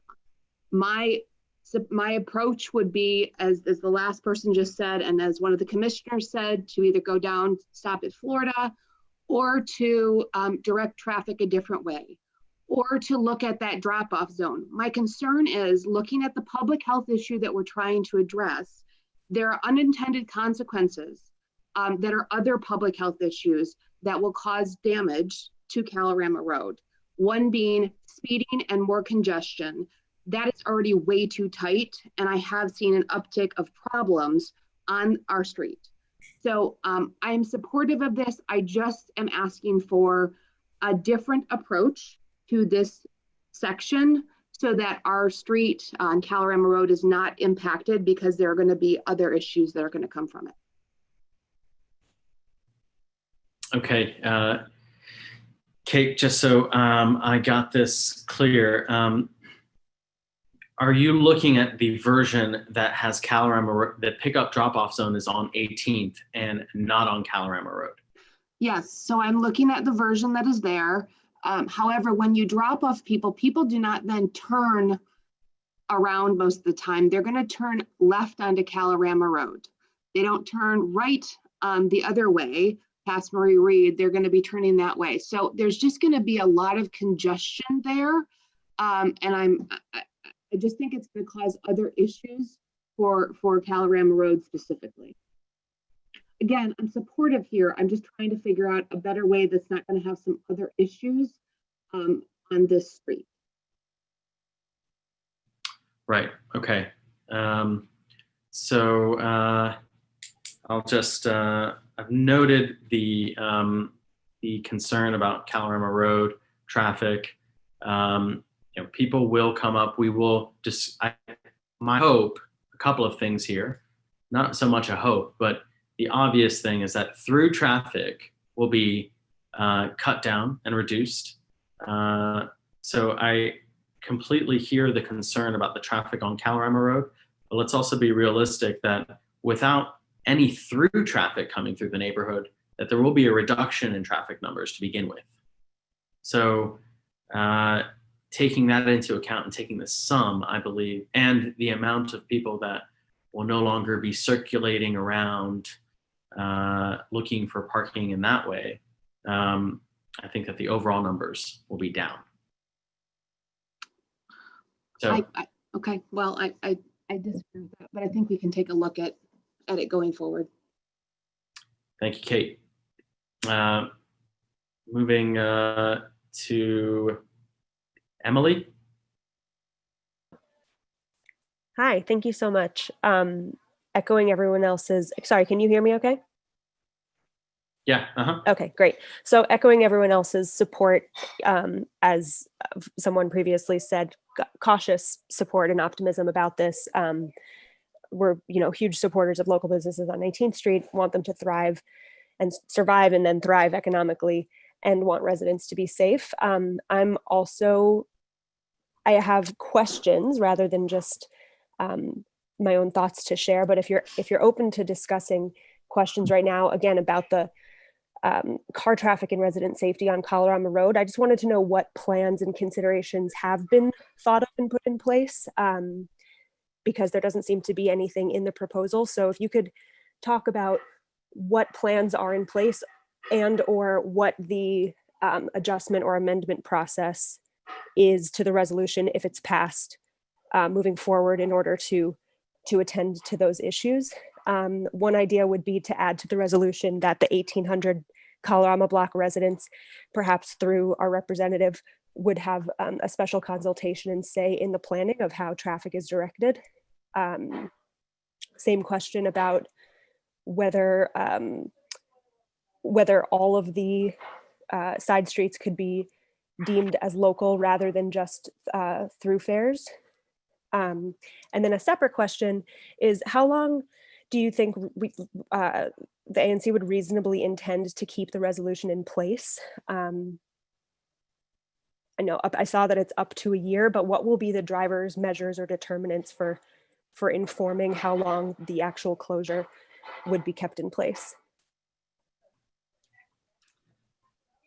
Okay, so the resolution, as As stated in the resolution, let me just run through a couple of your concerns. So before we get to specific questions. So one of them was, could all side streets be local traffic? Is that right? Be designated as local traffic only? Well, you've helped to clarify quite a bit what the difference would be, but yeah, if this just why there would be a distinction between the streets that are marked as yellow versus the red. Okay. So the streets that are marked as yellow are indicative of local traffic only streets, and so those would get signage. What that means is that the destination should be within 2 blocks of that street in order to travel on the street. Mm-hmm. So that means no through traffic, no cut through traffic, anything like that. And as far as another concern was to point that you stated is to have Kalorama Road residents be a part of the consultation process going forward. Mm-hmm.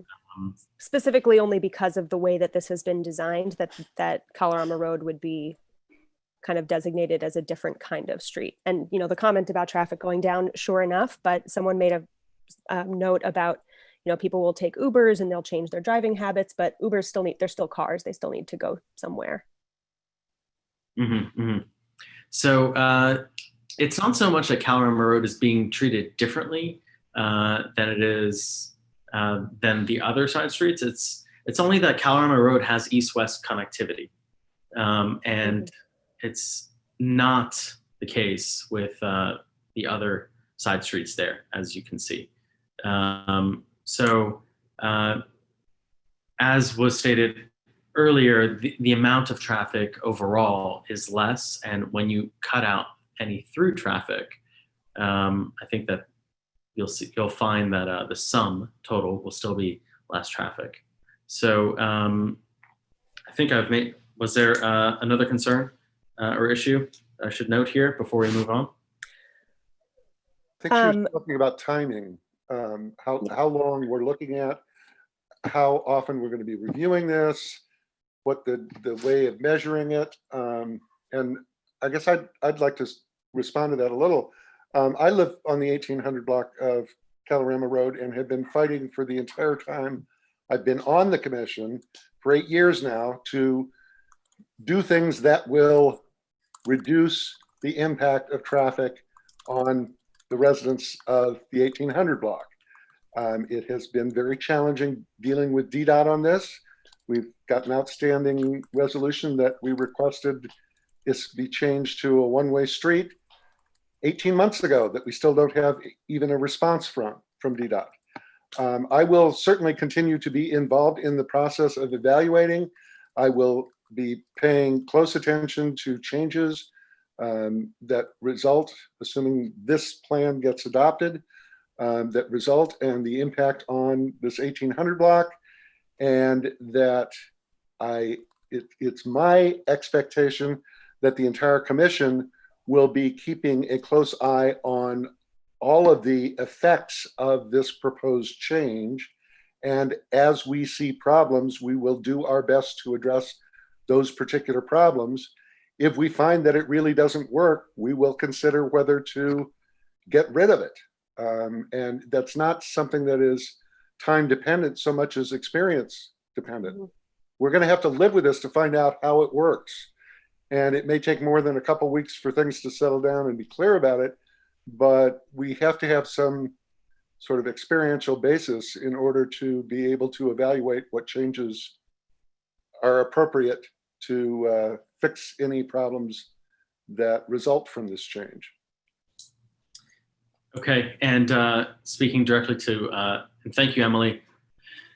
Speaking directly to the timing, the resolution in I think the first be it resolved talks to that timing there, that this is intended for the public health emergency, and we intend for this to be in line with the mayor's and the district government's public health emergency and for a period of up to 1 year after the end of the public health emergency. So moving on to Edward Hughes.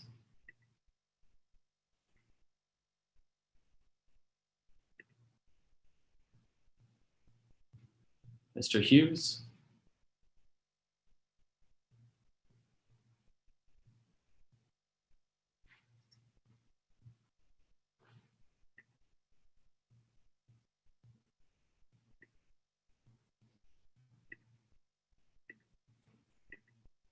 Okay, let's take the next person.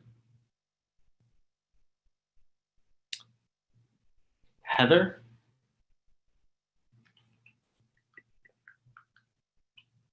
Heather Foote?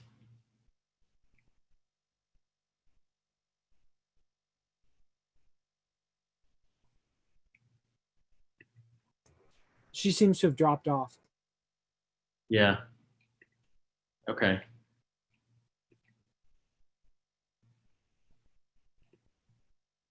Alan Roth.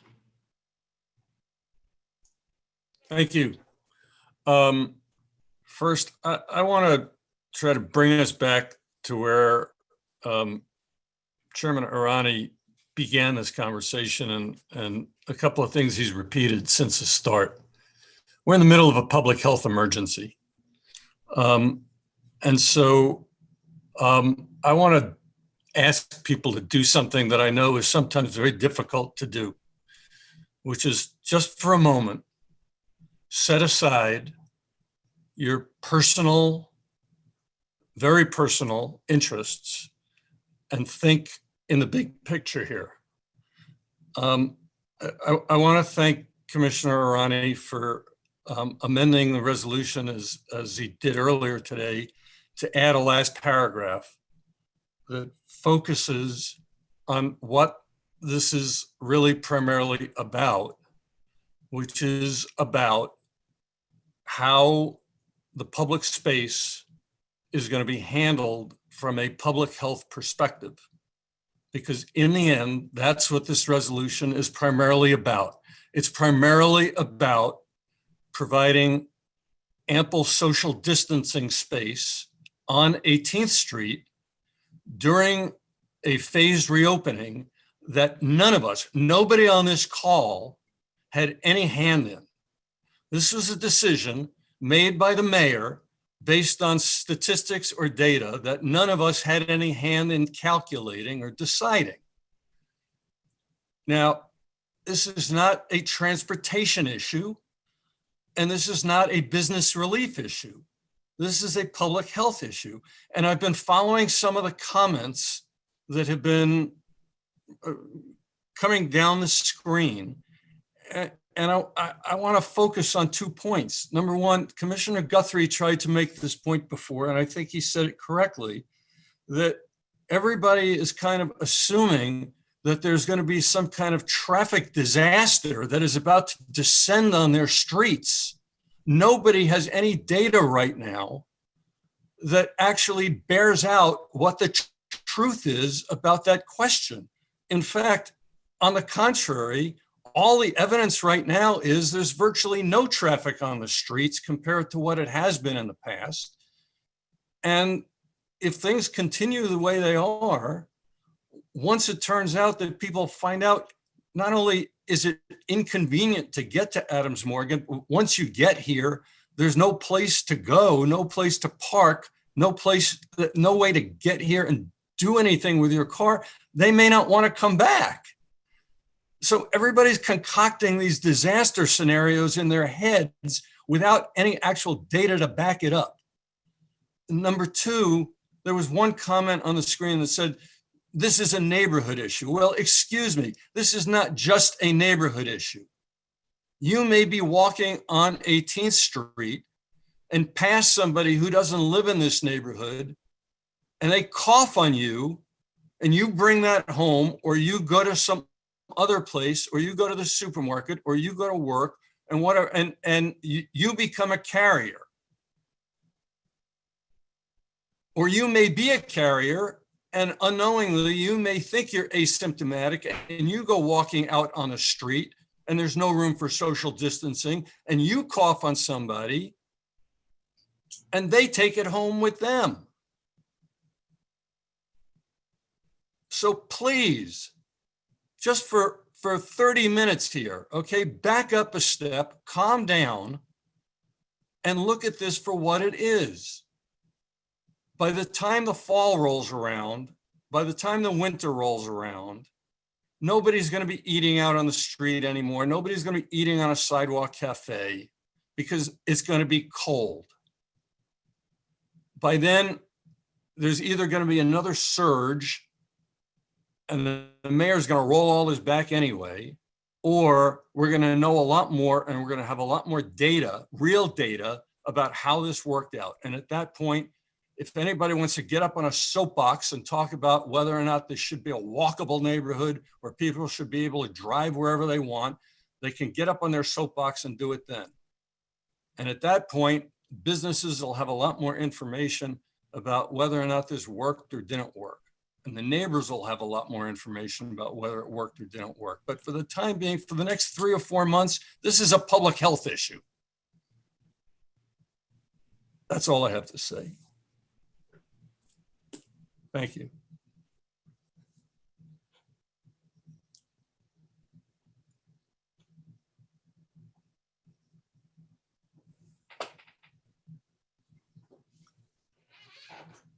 Thank you, Alan, for those comments. Very much appreciated and well taken.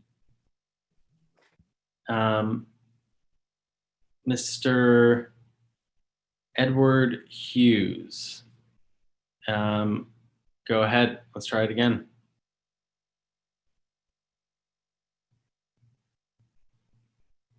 Edward Hughes.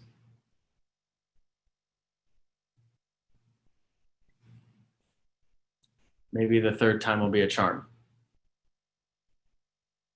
Okay. Mr. Dennis Dean. Yeah. Hello? Yep. Am I unmuted now? Yeah, go ahead. Okay, thanks.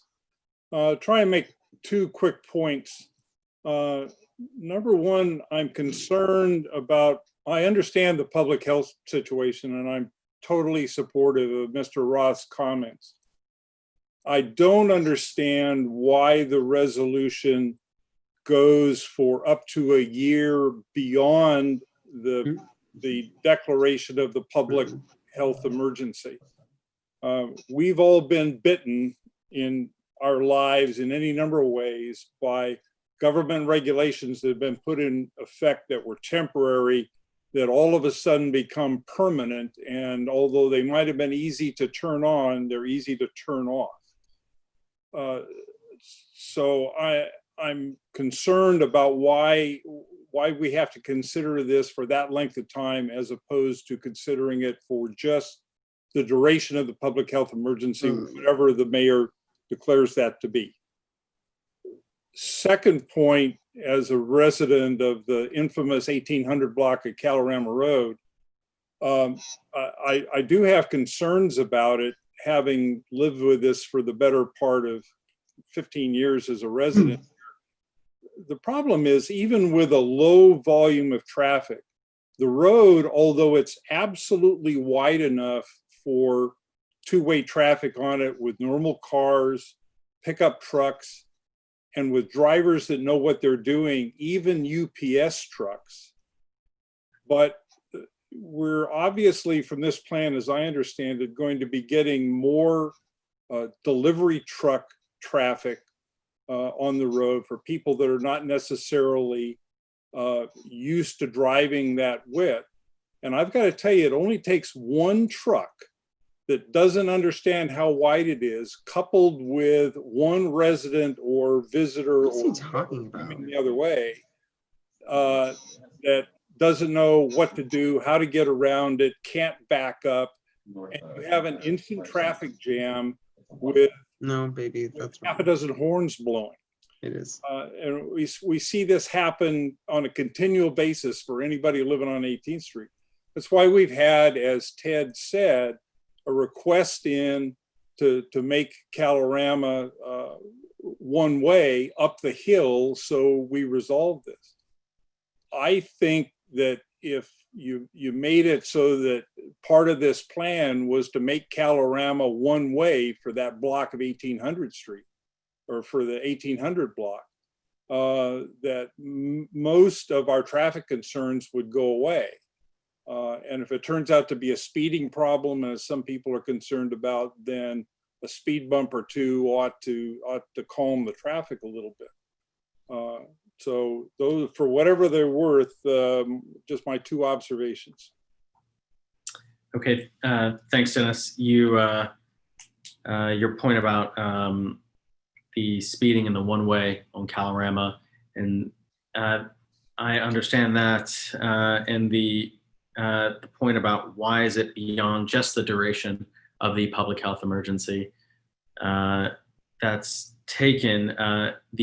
I also want to be clear that currently the public health emergency ends towards the end of July. It will be extended, I'm sure. I mean, given where we are,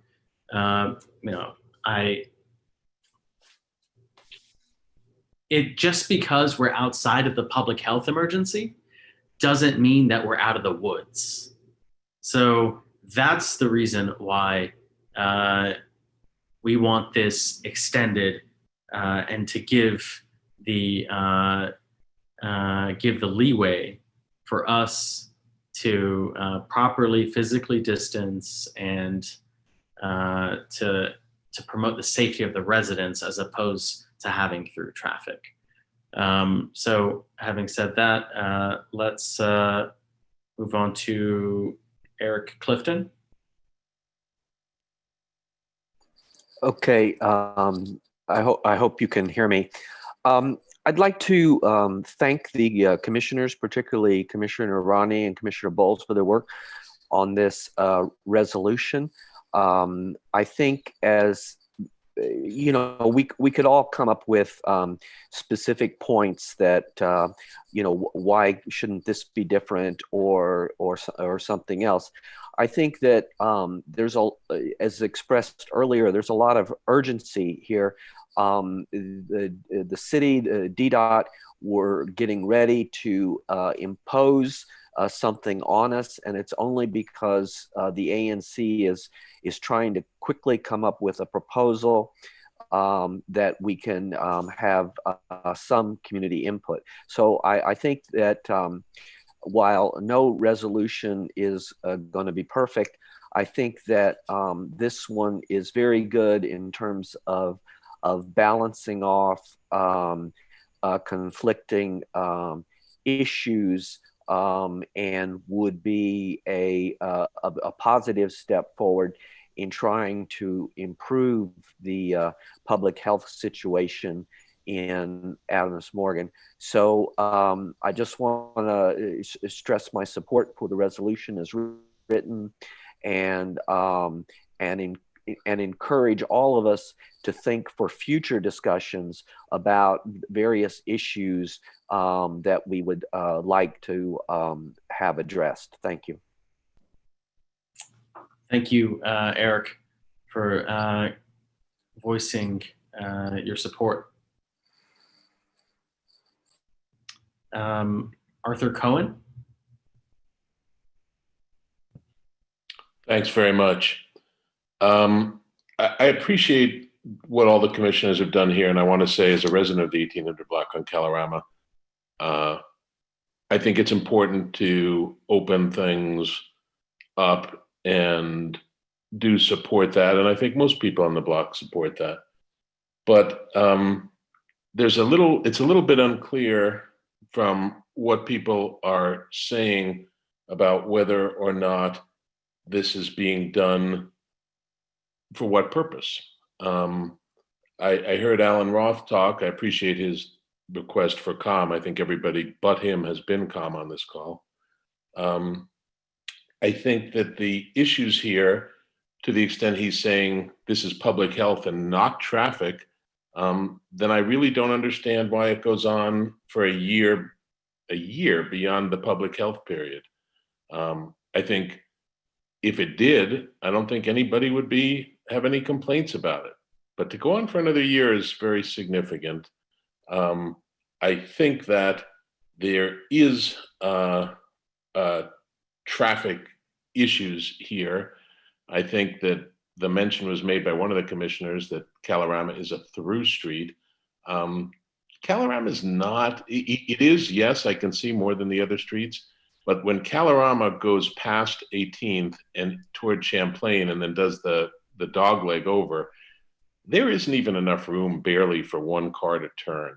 I think to flow the amount of traffic that is being put onto Kalorama in this plan is going to cause enormous backlogs. I don't understand why, if we're doing this for 18th Street, we don't close it down to Florida, which is a real through street, not a tiny little overstuffed street like Kalorama with this unworkable dog leg in it, and do that. So I guess, for my mind, if during the public health crisis, that's fine. Whatever we're going to do, we're going to do, and to the extent we want to do it. But when the public health crisis is over, I think if we're doing something, we should really limit it to the real streets that are able to accommodate this traffic, which in my mind is down to Florida, and that's the important thing here. Thank you very much.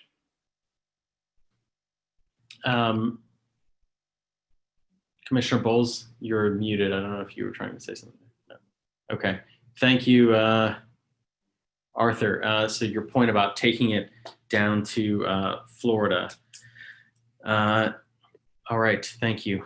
The next person, Mr. Allie. Thank you. Can you hear me well? Yes. Thanks. I just wanted to voice my support for the proposal. I think it's a great one, especially as a resident on California Street. Not only the current health situation, but let's really think back to before that and how we unfortunately had multiple accidents on 18th Street. And that is now exacerbated by the health situation. So this is needed for the current health situation and beyond. Of course, there might be some concerns with regard to the implementation. And I want to thank you, Mr. Irani, and all the other commissioners for all the thoughts or all the thinking that's gone into this and the planning. And I think it's inevitable to have a little bit of trial and error until this gets perfected. Yeah, thank you so much. Thank you, Allie, for calling in with your comment. Miss Katie Lundgren. Hello, good evening. Thank you very much for reaching out to include me in this call. I'm the principal of Marie Reed Elementary School, right there on 18th Street you guys know where it is.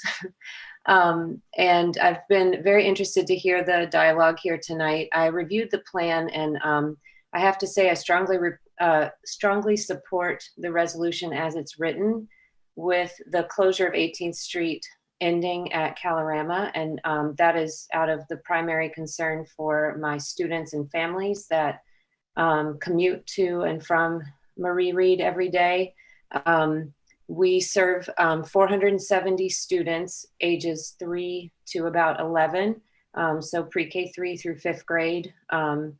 And for those of you that live right around you know the traffic, the foot traffic and the car traffic that comes with pick up and drop off every day. And while we're still unsure about what the school day will look like next year, I do know that my parent community and my parent community really depends on access to the school along 18th Street so that they can safely park their car, walk their small child in, or, you know, walk in to sign out their small child and come back out.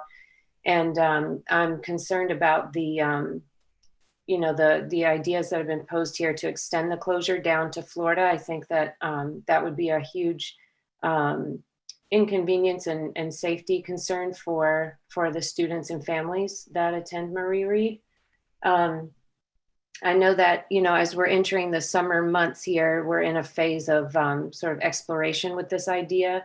And so I'm curious to see how it all kind of falls into place. And the other point that I'll raise is just, you know, with the importance of maintaining social distance and with the possibility of an increase in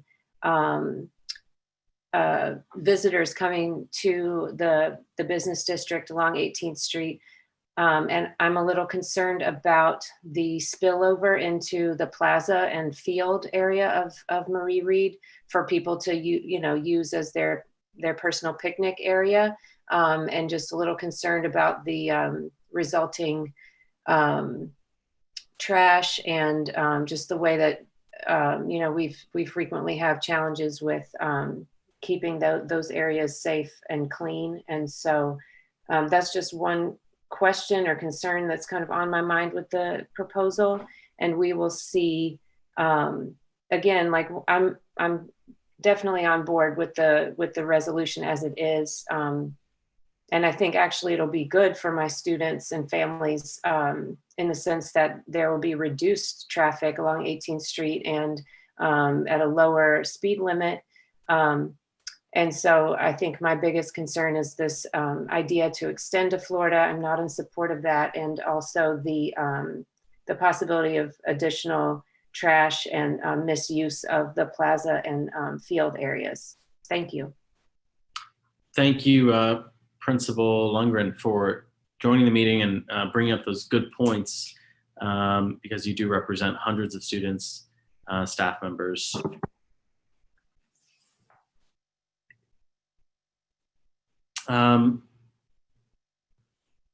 Peter Wood, go ahead.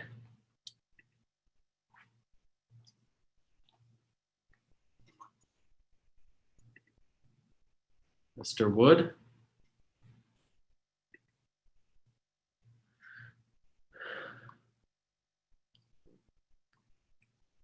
Okay.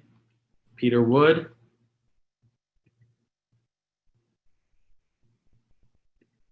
All right. He said his mic is locked, so I'm trying adding him as a panelist. Okay. Okay. Well, let's move on to Rhonda. Hi, can you hear me okay? Yeah. Hi there, my name is Rhonda and I'm an Adams Morgan 1C01 resident, and I'd just like to echo my support in Commissioner Irani and the proposal to close 18th Street to pedestrians only. I believe that it's always been apparent, but especially during a pandemic, that preserving public space by closing the street down to pedestrians is a profoundly high-yield investment in our physical and our mental health. I believe that for my case, and maybe for a lot of others, living in a 500 square foot apartment, and it's a lot harder for someone like me or anyone to abide by the same orders as people living in suburban areas. And that's why I believe it's so important that we do have this space. The reality of it is our escape is the public spaces that typically fill beyond any ability to socially distance on warm days. And health issues such as heart disease, diabetes, and depression have not ceased to exist. And if anything, they should be expected to worsen with sedentary isolation and confinement. And of course, not to mention the economic depression and realities of the loss of life and community, not just in Adams Morgan, but all around us, but especially in Adams Morgan. So just to reiterate, this is a matter of public health and citizen well-being, and I'm in favor for this resolution. So thank you. Thank you. Thank you, Rhonda, for sharing your comments. And you do bring up another good point about public space. Public space being for the people, and we need that space now more than ever.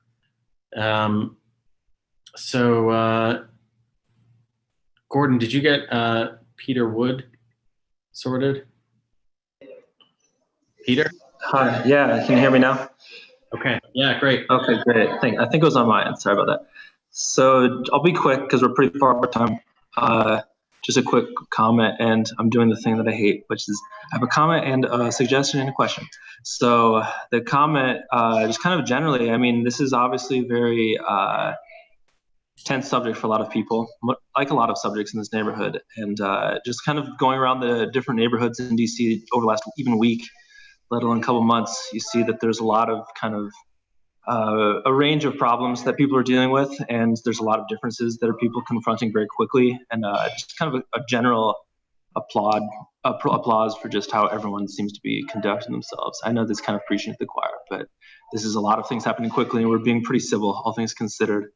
And I was actually kind of on the fence about this whole proposal of closing the street because at least to me, it seemed like there's a little bit of kind of things being taken out of proportion, specifically for Adams Morgan. Like, we're doing a pretty good job, I think, and don't need to, we should probably pat ourselves on the back a little bit more. But then I kind of went out over the first weekend that the restrictions were lifted, and I saw 1 million people out without masks, even on 18th Street, a little bit further south, most of whom probably don't live in this neighborhood. Some of whom do, I don't know.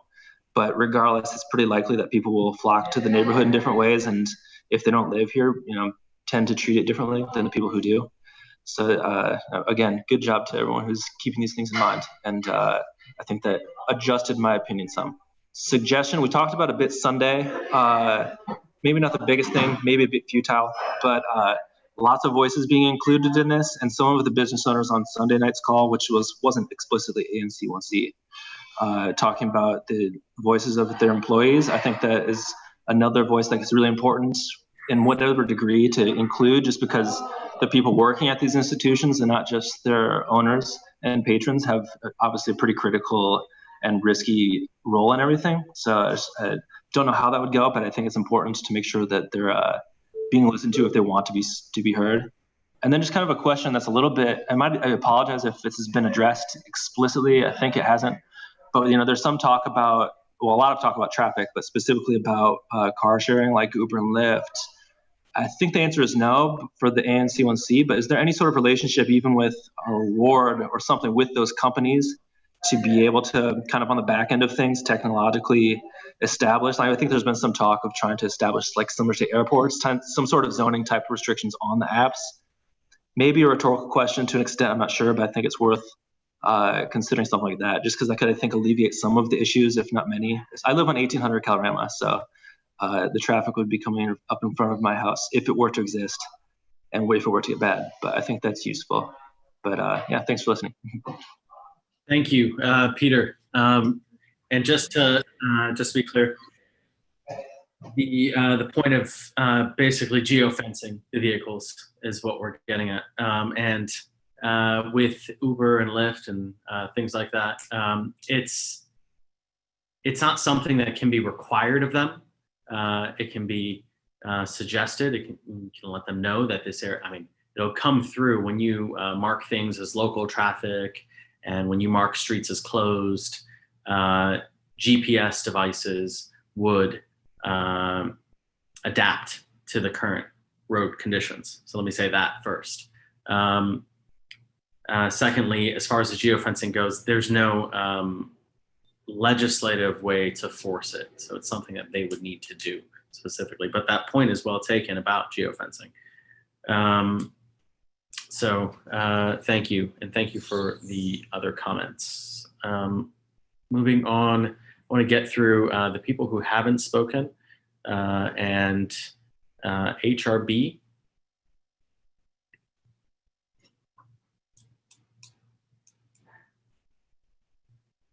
HRB. Hi, can you hear me? Yes. Hi, my name is Hector Brown. I'm a brand new neighbor, so forgive me. This is a great deal of new information. I don't have much of the context that much of our many neighbors have conveyed. I am very appreciative of all of the detail and time that went into this. However, I am fearful of the implementation, and I think it merits a great deal more nuance and creativity in how we pull this off. I'm so grateful for the first commissioner who mentioned ensuring that this goes down to 14th Street. And as I've been listening to the conversation, I want to ensure we're not creating a safety hazard that would replace a public health concern. And so Principal Lundgren, my sister's an educator as well.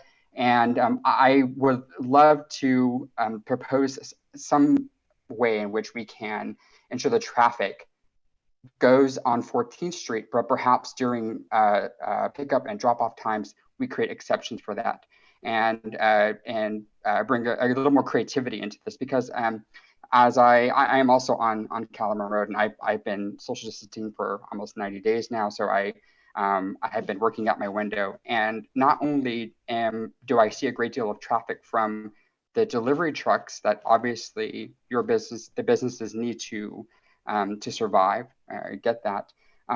I see there are still a great deal of accidents that happen, mirrors that are, just property damage that happens in general. And so I appreciate the creativity, because obviously we are all going to have to adapt to this new reality. But again, I hope that there's still an opportunity to add some nuance to this plan and ensure that we can divert the vast majority of traffic to 14th Street, again, potentially with some exceptions for the school. Thank you again.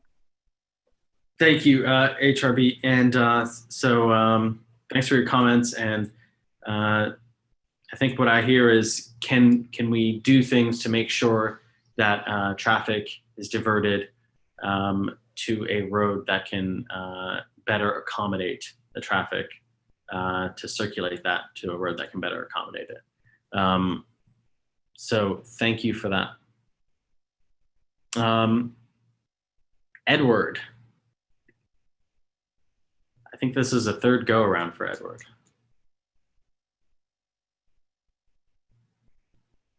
Amir, can you hear me? Yes. Yeah. Okay. Thank you. Time is it? Hey, look at that. I switched computers. So in the course of this discussion, I've actually shifted my opinion somewhat, and I was particularly impressed with Principal Lundgren's explanation of why pushing the closure down to Florida Avenue presents a problem. And I'm very conscious of that and want to make sure that we don't in any way jeopardize the safety of the students at the school.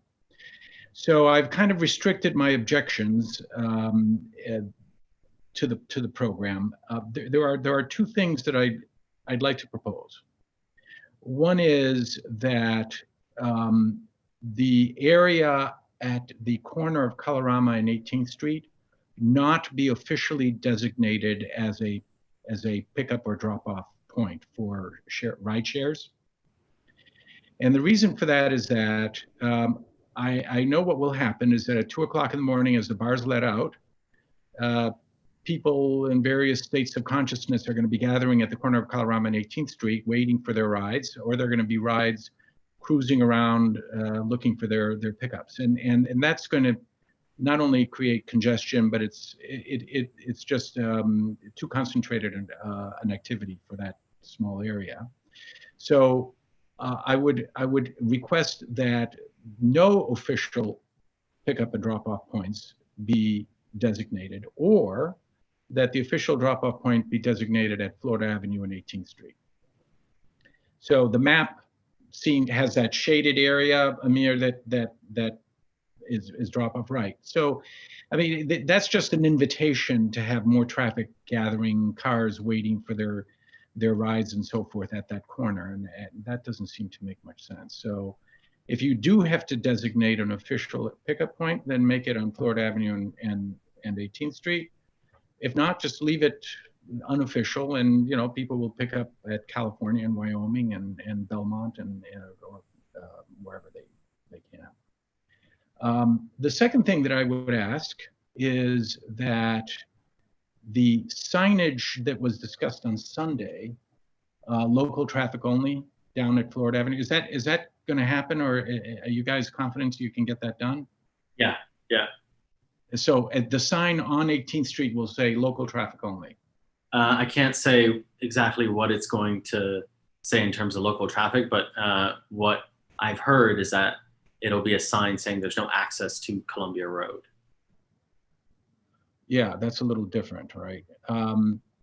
If there would be some way of encouraging northbound 18th Street traffic and westbound Florida Avenue traffic to continue along Florida Avenue or to take a left onto Florida Avenue, that would help alleviate some of the anticipated congestion. And I understand that traffic is low right now, but you know, I've been out every day, and every day there's more traffic. I mean, it's beginning to look more and more like normal, and this thing is going to accelerate quite a bit. So if there was some way of encouraging left-hand turns from Columbia, or right-hand turns from 18th Street at Florida Avenue, lengthen the light, you know, the various ways that you can discourage through traffic, and then have something that is more forceful than only Columbia Road, no Columbia Road access, but something more like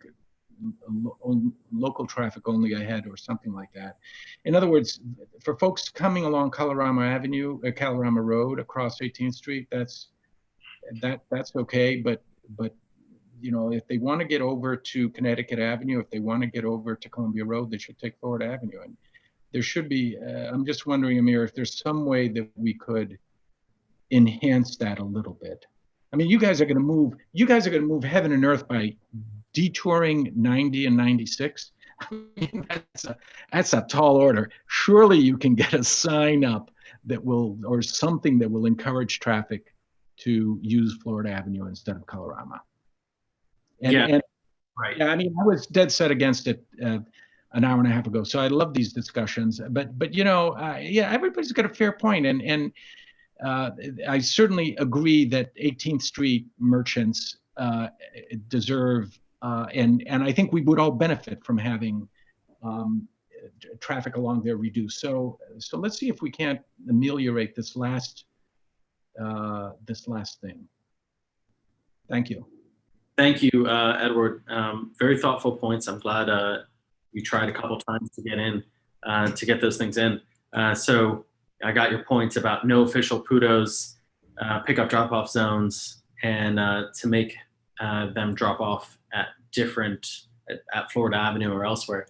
Part of the issue with not having, what I was saying, tying into the other point about geofencing,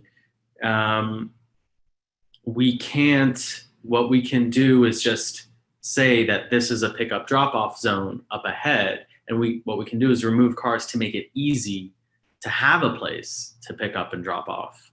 And I think it would behoove us to have such a place, because otherwise what you're going to have is just, it's not that people will, and a car share, Uber, Lyft, they're going to come up the street. They're going to drop their passenger off as close as they can get them. So it's good for us to put a pickup and drop off zone as close as we can, for one.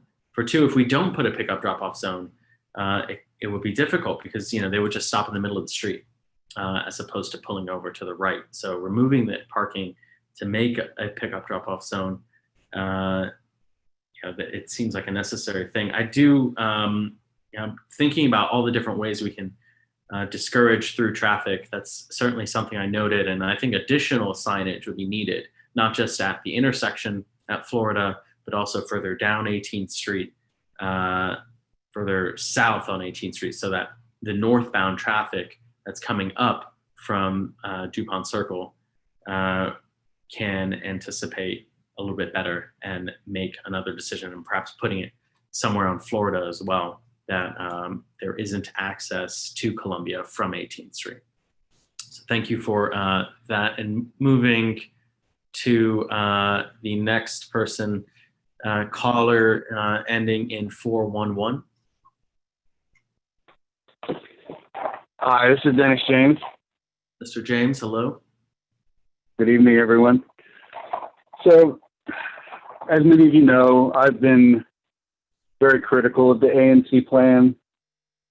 I'm glad to see a cleaned up map appearing late in the afternoon. It at least helps people understand what's being suggested. But it doesn't bridge the gap between what's being talked about and what is all the different actions that would be taking place. The resolution needs to have a listing in it, you know, of every single thing, like just the topic of the last little interchange.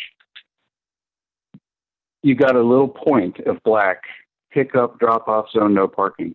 But you don't show the extent of where that is. Is it one parking place? Is it, you know, 1 block's worth of parking, say, between Calorama and Wyoming on 18th? Or is it the whole side? Doesn't say. And similarly, the same thing goes on the newly shown pickup drop-off zone on Columbia Road, which is looks like it's right in front of El Rincon Español. So anyway, you know, it doesn't.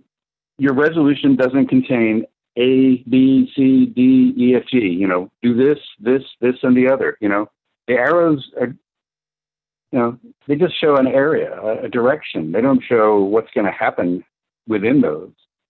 For instance, well, there's 2 pickup drop-off zones is one big thing, but the whole light green in the 2300, 2400 blocks of 18th Street. What does that mean? You know, on the map itself, it says all parking lanes as well as the northbound travel lane are for dining, parklets, and streetery. So where do those things go when you've got this emergency line coming down? This has to be 20 feet wide. You know, how will those different things be arranged? I got in touch with somebody at DDOT today who was kind enough to talk me through the situation with the streeteries. They haven't got approved guidelines for streeteries yet.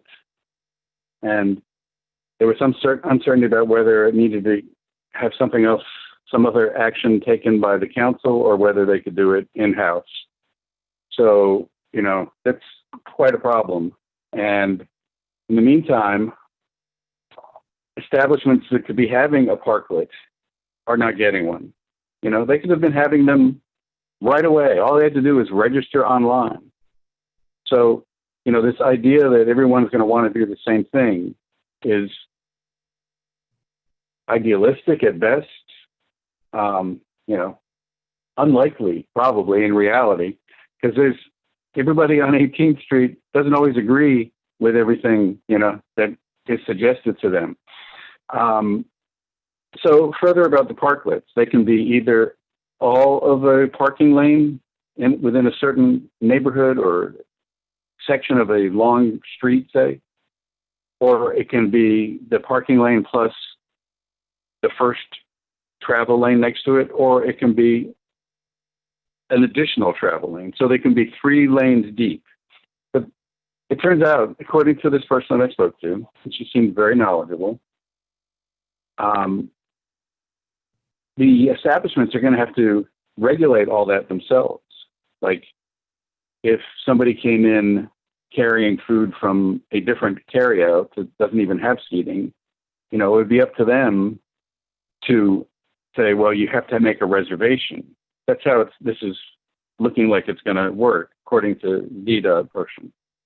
So, you know, if you want to sit at all that streetery seating, which will be set up in a way that there's social distancing, that's good, you know, then but you have to go to the establishment or phone in or email or text or whatever in a reservation.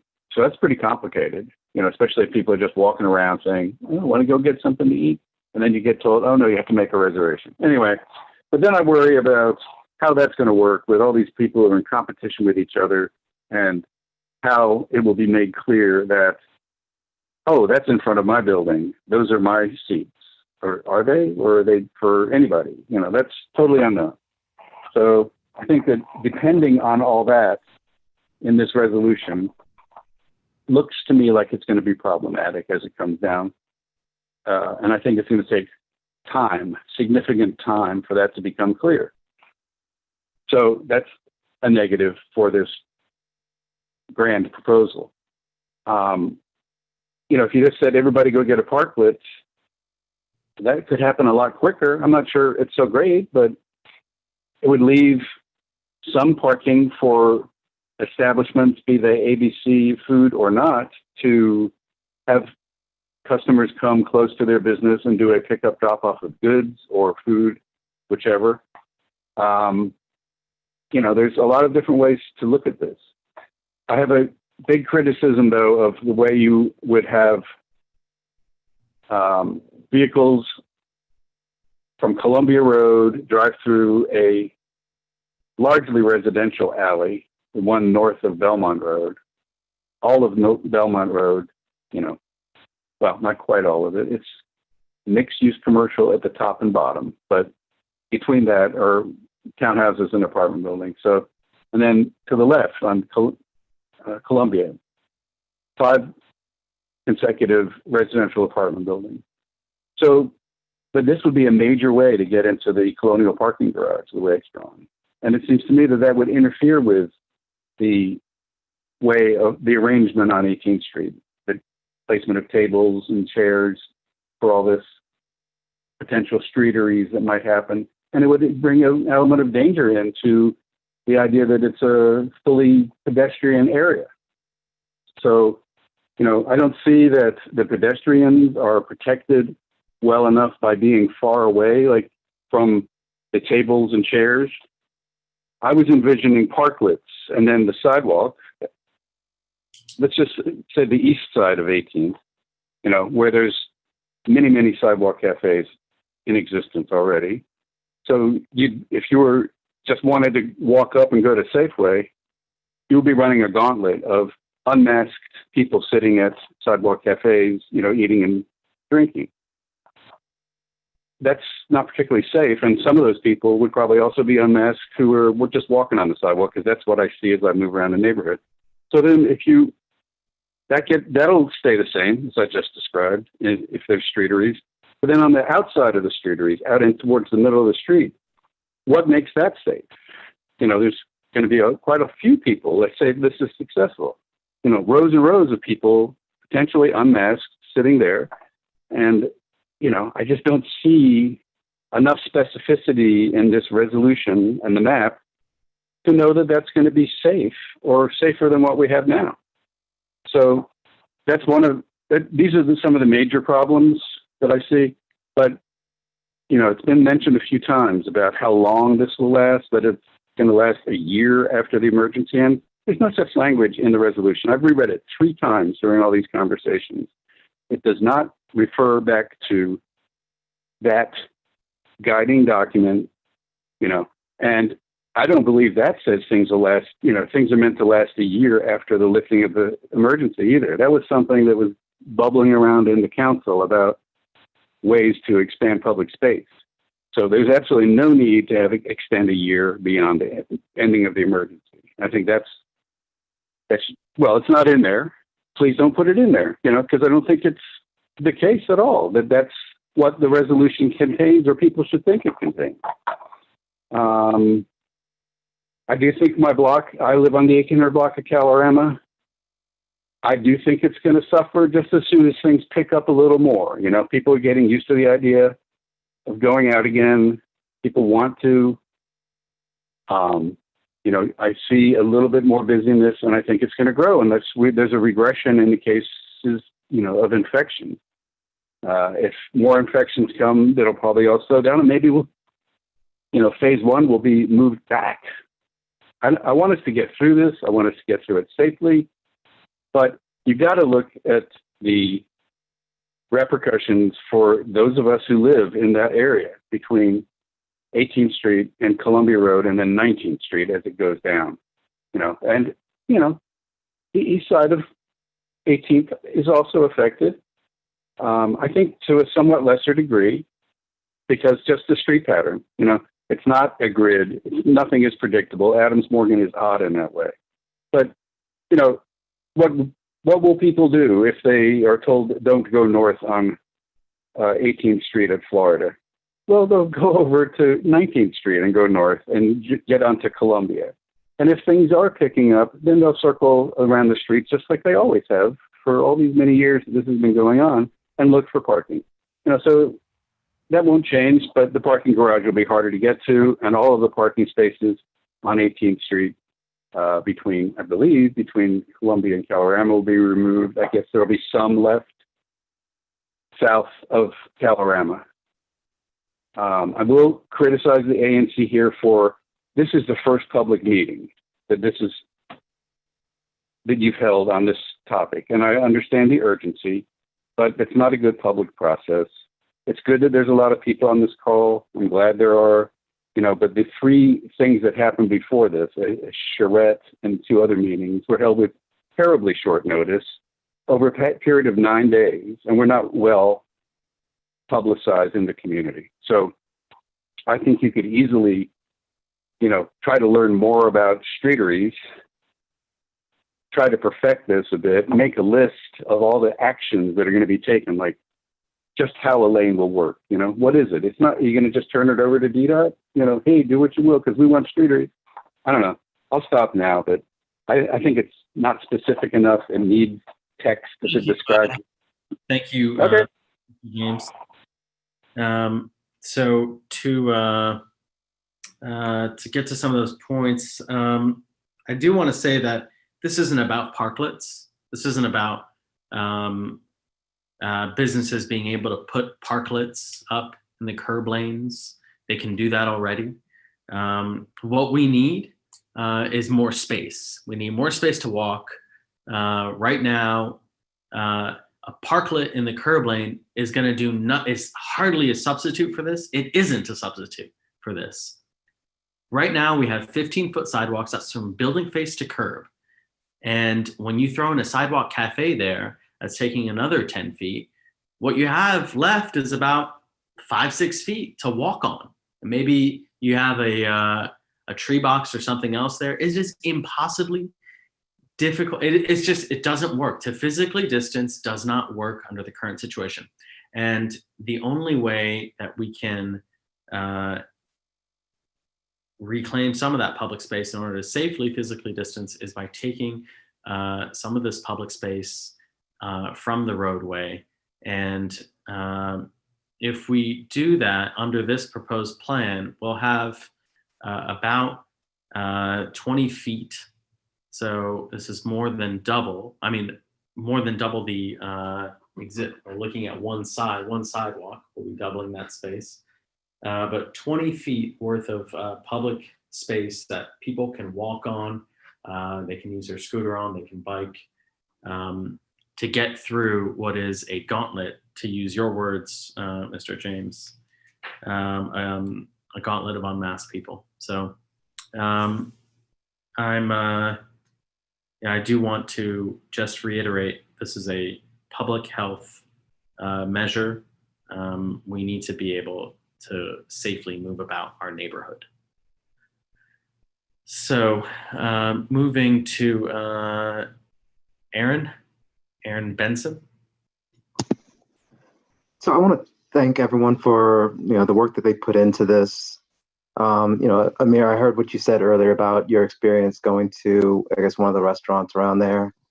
And I know that it can be like, the first weekend of anything, especially after everyone's been like cooped up like that, it's going to be messy. Not everyone's going to do the right thing. Everyone's trying stuff out. And, the first weekend, they may not get it right the first time. And I think we need to give the businesses time to make the adjustments, make the corrections, as responsible businesses do. I think it's important that, we give the businesses that, we've enjoyed and supported, that have been a part of our community, the employees that are going to be, happy to return to work as, things get more complicated with unemployment, and whether that will be extended for them, whether the Paycheck Protection Program, which just got extended, will remain in place for them to remain employed. You can't have people, suffering mentally, just like Rhonda said earlier. She had a good point but these people are also part of our community. They come into our community, they help us out, they provide our services, we tip them as best we can because we appreciate what they do. I'm looking at the proposal and it's not perfect. And yes, there will be some hiccups with the way that businesses decide to use the space, but the mayor and the DDOT and you know our Department of Health have put in place some measures to make sure that people feel protected. That you know when you go into a public, into a business that's supposed to serve the public, like a restaurant, you are to wear a mask, and that won't change in phase 1 or phase 2. You know, we will be social distancing until we have a vaccine in phase 4. These are the things that we already know. I don't think that we have to guess about how businesses are supposed to be interacting. When businesses don't perform in the way that they want, the way that the public expects in terms of looking after their safety, people make complaints. You know, the Department of Health comes around, they make their inspections, they shut it down, or they fine them, or they reprimand them. We have to give the businesses opportunities to try to work within this plan, to find a space that, you know, where they can provide, you know, services to the community that they want to provide. And I think it's incumbent on, you know, the ANC to try to work within those bounds. Yes, there's a public health emergency.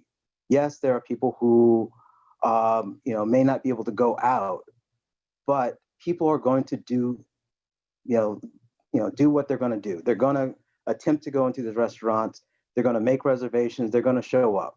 They're going to, you know, try to follow the guidelines as best they can.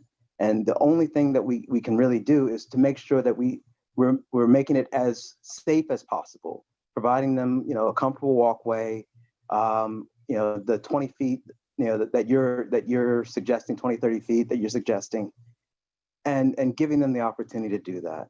If they make a mistake, there is opportunity to fix it. There are complaint structures that we can put that are in place already that we can utilize to make sure that businesses are following the intended guidelines. But if we don't give the opportunity, you know, we're not going to have the businesses, you know, that we've enjoyed in the same way. You know, businesses down the street from our community, like Sushi Taro, are turning into, you know, carry-out places only. You know, I don't want to see that on 18th Street. I want to see that the businesses can thrive and do their best and work through this period of difficulty. And I think we need to make sure that we're doing our best to provide them examples. You know, this model follows, you know, something that's been referred to as the Cincinnati model, where they've tried it out there. And, you know, we can see, you know, how successful it's been there. People have enjoyed it. You know, they've been given the opportunity to come out into the streets and be in a much safer location, to be outside where it's a little bit safer to try this, as opposed to being indoors where we're trying to, you know, have air circulating that may, you know, infect other patrons. It's not going to be a perfect fit, and people may not feel comfortable doing that, and people will vote with their feet. And I think that we just need to make sure that we put in the structures in place that just give people an opportunity to try to succeed, to try to make things safe. And that's what I really want to say. Yeah, thank you, Aaron. Your point about giving businesses and workers the time and opportunity to adjust to this new reality is very well taken. And you know, when I think about everything we're all going through, I mean, you know, it's one thing after another. DDOT hasn't even had the time to release guidelines for streeteries, right? But we all see the urgency in acting because, you know, there's not space for us to go out there, and people are out there right now. They're eating on sidewalk cafes. They're trying to navigate the sidewalks on 18th and can't do so safely. So we're all, you know, as a city, as residents, and public servants and district government employees, trying to just like catch up. So yeah, I think we all need that time. So thank you. Morgan Muller.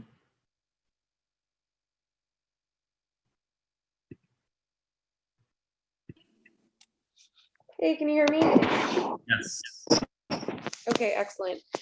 Thank you so much. I know it's getting late, and I appreciate you allowing residents the time to voice their concerns and answer questions. Like many others, this is my first conversation. I wasn't able to join the others, and I appreciate the opportunity to ask a very specific question. I'm interested in understanding what the structured plan and commitment would be from the ANC to residents regarding regular reviews. I think it would be really helpful if there was something like a quarterly review that you all could commit to as an agenda item for an open forum and discussion about how this is going. Is that something that's on the table? Yeah, so excellent. It will be a standing agenda item for every ANC. Continue to take concerns, questions.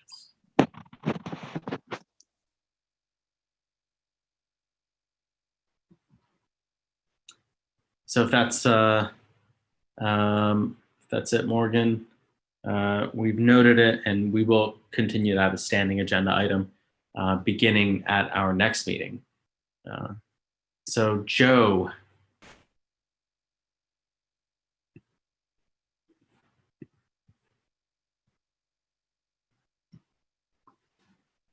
Joe?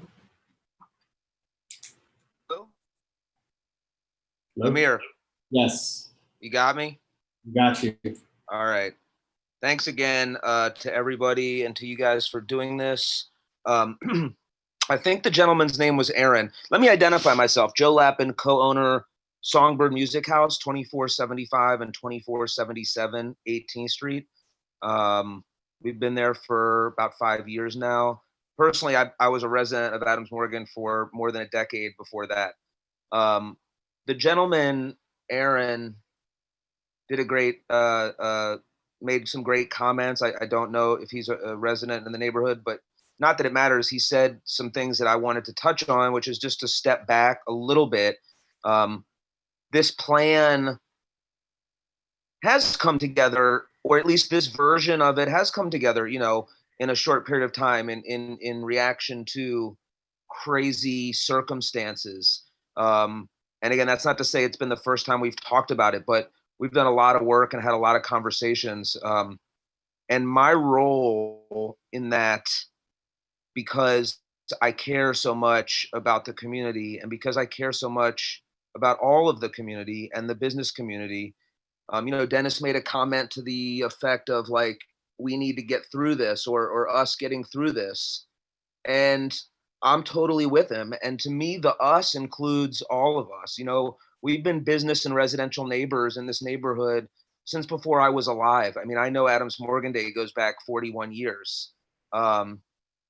And I love being y'all's neighbor, and I love having the residents as my neighbor. You know, when I talk about Songbird, I always talk about it hand in glove with Adams Morgan.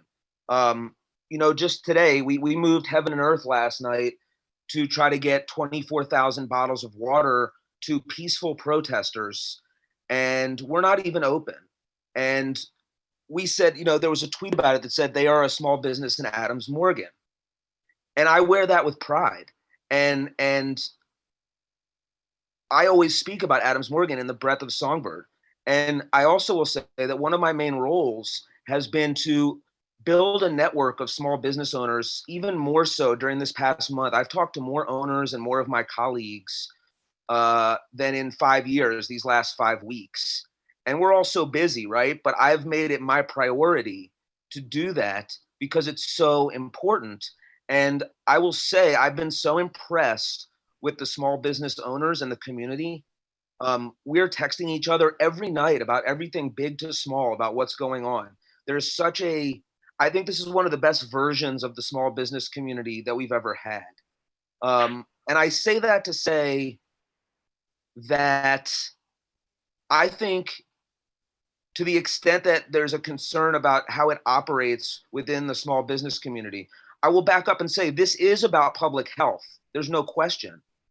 it's also about how public health intersects with small business. That's a reality. And we appreciate that reality. I would never want to do anything that's unsafe. And I look at this plan and I say, maybe this plan gives me a chance to remain your neighbor more safely, right? I don't want to go out there and be unsafe. I don't want to see something. I mean, I'm not open right now. I wouldn't bring people in my space if I could right now. And my point was going back to the strength of the small business community that I see right now. I think if someone puts a little trust or good faith in us as neighbors, I, for one, will pledge to say that I will trust and use that good faith wisely, and will encourage all of my fellow business owners to do the same. And just a point about employees, which is that I know for a fact that everybody I talk to, that employees are of our paramount concern. Someone who said that the employees are sort of at the fulcrum of this in a lot of ways is right. And when I think about what's safe and what's not safe, my employees are what comes to mind first. And I've showed a lot of them this plan, okay? And yeah, they want to work. Those who cannot work or unsafe to work, we have ways to deal with that and help them. And nobody's wrong. And what Aaron said, I echo a lot of, about giving our community a chance to be a good neighbor to you and to remain as a neighbor to you beyond COVID. Thank you. Thank you, Joe. I love Songbird and some excellent points there about the community and all of us being in this together.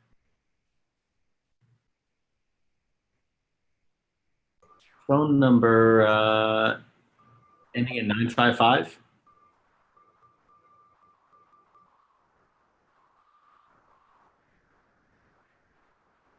Can you hear me okay? This is Heather. Yes, Heather. Thank you. So I wanted to raise a number of issues that I hadn't heard as much attention to. I was on via my laptop, but then wasn't able to be on for about 10 minutes. I may have missed some of the conversation.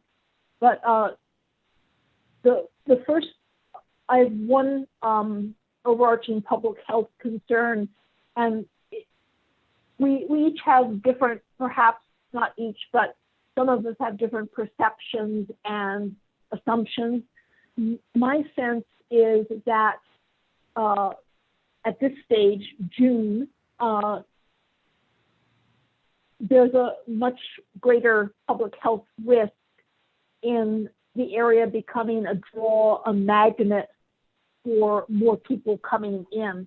I think probably a number of you participated in the Open Street Georgia Avenue. Every day now brings more traffic through, more buses, more people. And I think that the concept could in fact take us in the opposite direction of what people are hoping for, given the density of people coming in and people coming without a sense of ownership to the neighborhood that would lead them to be more attentive to masking and so forth. Then I have three concerns related to the closure of portions of 18th Street. One is, one of the delights of the last couple of months has been the dramatic drop in the number of Uber and Lyft vehicles. And I see the closure bringing a very hearty return of the Uber and Lyft vehicles and all the problems of their disrespecting the traffic signals. My work is in pedestrian safety issues. The second concern is the concept of shared space by pedestrians, bikes, and scooters. I don't know really of any experiences that have been successful where pedestrians have felt safe when they're in a shared space. We have to remember that after 2 years of having scooters, there's still a requirement that they even have a bell on them to warn people as they come up from behind silently that they're arriving. So I see the shared space as the loss of the current sidewalk space that I have as I jog down 18th Street almost every day and can maneuver around and get my 6 feet of space. And the third concern about the closure of part of 18th Street is the rerouting of the buses, the 90 and 96 bus lines. I'm a mega user of public transit. The population that uses the buses is largely low income, currently very heavily essential workers. I've been talking to them, and people with disabilities who would be tremendously disadvantaged if they had to walk 3, 4, or 5 blocks out to some place where the buses were rerouted. 18th and Columbia is a major transportation, as in public transportation, intersection. And I just don't see it. I know that I'm sort of a dissident voice here, and I want to applaud all the very thoughtful work that's happened. I didn't know about any of it until the phone meeting on Sunday, but I've been focusing on other policy issues and just was not aware. And if I'm not aware, then you can be sure that the bus riders are not aware of what's being proposed. So I'll just leave it there and end by saying that I really respect all the thoughtful work that's gone into the care and tending of especially the people working in the business establishments, and I certainly have strong sentiments for people's motivations there. That's all. Okay. Thank you, Heather, for the concerns. I understand the concern about the having access. Disabled people do need access to both the bus stops and access to get as close as possible to their final destination. And I think what we've done with the map, and there's a way of dropping them off mid-block even to be right there at that center point where the garage is. As far as the buses go, also, we've noted that we're in discussion with WMATA about the bus routes. And those stops would move over about 1 block, but I've noted those concerns too. So thank you for calling in with that. Mr. Matt Wexler.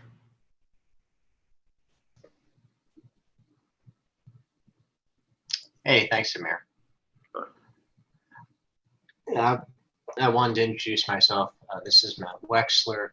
I am one of the many co-founders of the Adams Morgan Commercial Development Coalition, and my firm owns a number of properties along both Columbia Road and 18th Street, and I am part of the ownership and development team of the Admiral Heights project, as well as of the now temporarily closed Line Hotel. There's a component of this conversation that reminds me quite a bit of the conversation the community had 9, 10, 11, 12 years ago that I and others on this Zoom call meeting were involved in about the project that ultimately became the Line Hotel.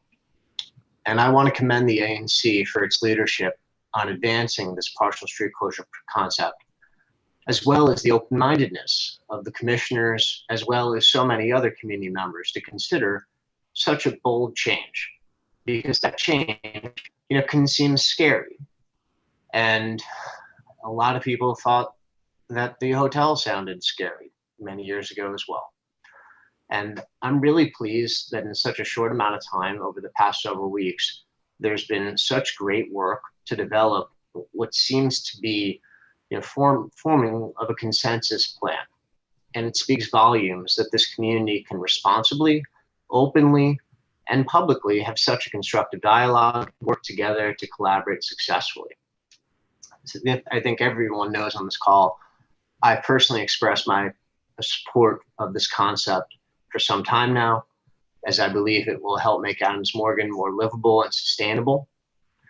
And I wanted to stress again that the new coalition is firmly behind the concept because it aims to address a community-wide challenge. And it is community-wide for all of the reasons that Amir brought up at the outset, as well as those that Alan Roth specifically mentioned. And it's a community-wide challenge from both a public health perspective and an economic perspective. I also wanted to make a few suggestions regarding the ANC proposal as we think ahead. Firstly, even if we don't extend the street closure concept all the way down 18th Street to Florida, I'd like to suggest that the ANC advocate publicly for the utilization of the parking lanes south of Calorama Road for the, call it, partial street closure program during the PM hours. A variety of members and supporters of the AMCDC who have businesses south of Calorama Road, many Joe alluded to before, he and I have probably spoken with personally, the majority of businesses along 18th Street over the last several weeks. They also want to participate in this type of program for the same reasons that many community members have mentioned already this evening. So even if there's not a formal street closure, I'm hoping that the ANC can get behind the idea of businesses utilizing the parking lanes, especially as the bus lines get rerouted. Secondly, and this addresses a number of the comments that many have mentioned already this evening, I'd like to suggest formally an idea that I've brought up privately with a handful of community leaders. The idea of a neighborhood working group of some sort that would include a multitude of neighborhood stakeholders, and that group would continuously evaluate this proposal or whatever is eventually implemented. And that group would suggest tweaks to the program and on a monthly basis report its findings to the ANC at the monthly ANC meetings, and maybe also at the PZT meeting. As I've mentioned a few times over the past several weeks, there's no possible way that we as a community are going to get this right from the get-go. And it'll be valuable for stakeholders, some of whom have made really important suggestions just this evening, like the Marie Reed Principal Lundgren, as well as the residents of the 1800 block of Calorama Road, to provide formal input and feedback. And if this concept isn't working well for the community, there's no reason whatsoever that it can't be altered or even ended. And the only way we're going to do better here is to continuously evaluate and to continuously improve. I'll end just by saying again, thank you so much for the community's efforts over the past several weeks. To me, it shows how effective we can be when we put our collective minds together and tackle what is truly a pressing challenge. And it is an urgent challenge and one that we are already months behind on with a problem solving and a collaborative approach. Thanks. Thank you, Matt. Your points are well taken about continuous improvement and evaluation, as well as the possibility of removing parking south of Calorama Road. I'm not sure where the ANC's role or stance will be on that, considering that businesses can do it themselves. They can file for that. However, I've taken down that point. So thank you. We have just a couple more hands up. So I'm going to Stacy, and then I'm going back around to Arthur because he's been waiting patiently, and then I'll be headed over to Thomas King. So Stacy.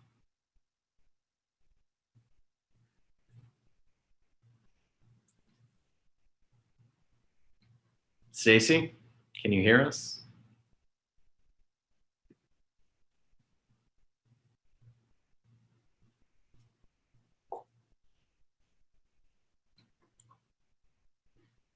Okay, let's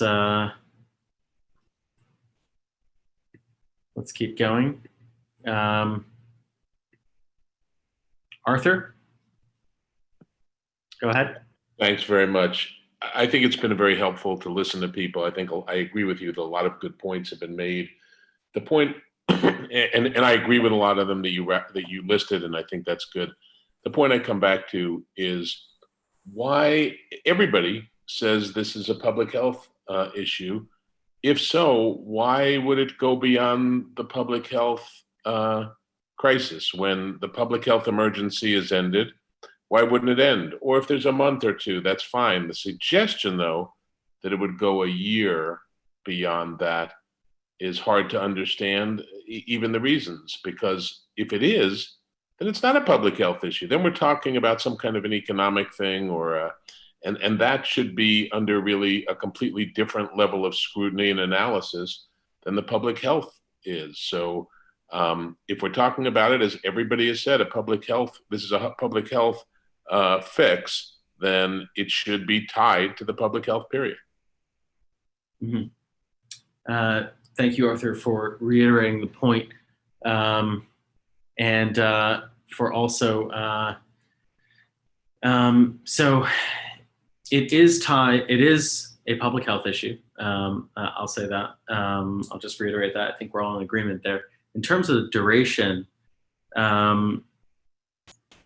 we have seen legislation been crafted, and that legislation that's been crafted and considered and voted on by DC Council, a lot of times it extends beyond a period beyond the end of the public health emergency. And that's done because, as I had mentioned earlier, just because we reach the end of the public health emergency, or it's been declared that we moved on to stage 3 or stage 4 in our reopening, that doesn't necessarily mean that we can all safely go about to the way we acted and went about our lives in 2019. So having the latitude to say that this is here, but not intended, as the resolution says, not intended to extend beyond 1 year from the cessation of the state of emergency declared by the mayor. I think that gives us the latitude and gives the neighborhood, DDOT, the latitude to rely on the neighborhood's voice there, to not take it well beyond what is needed, while also relying on something and not having us to reconsider the entire matter all over again. So having said that, Mr. King. Hello? Yeah. Hello? Is this Thomas King? No, this is Stacy Moyes. Can you hear me? Okay. Oh, yeah. Yes, Thomas, you can hear me? and Stacy. Thomas, go ahead. Yeah, I just want to get a little clarification on the 2400 block where it says emergency, vehicles only. Is there going to be a time window for delivery trucks such as UPS and Peapod for food deliveries for some residents during at all, or is this thing permanently going to be shut down? And what is an emergency vehicle? Right. So that's a good point. Thank you for raising that. I personally get medicine delivered FedEx once a month. So you shut that off, you're basically telling me tough luck and good luck. So deliveries are between the hours of midnight and 11 a.m. As in the resolution. That's fine by me. I just, like I said, there just has to be some access. And you have to consider there might be some people that, get taken to doctor's appointments and things via, Lyft or Uber or cab. And, if they need to say the doctor appointment's at 2 p.m. and they need to be picked up at their door, they should be designated somehow, as an emergency vehicle, I guess, to just come pick up the resident and leave. So an emergency vehicle is something like the fire and like FEMS. No, I understand that, but I'm talking about expanding upon that. If you have someone who's dependent upon a, doctor's appointments, sometimes you can't get fit in, but it's say, 2:30 in the afternoon. So, I mean, could you, expand on the emergency vehicles, like for special exceptions? I mean, usually you plan a doctor's appointment, you have some advance. So is there some way you could contact, I don't know, the bid or yourselves and say, hey, I have a doctor's appointment next Thursday, and Mr. King, yeah, I'd like to address that.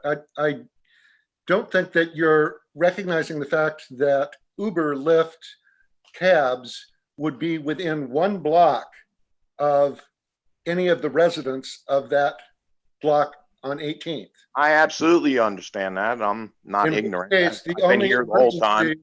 I've been here the whole time listening to it. Some people don't have access to be able, they physically can't make that walk. Okay.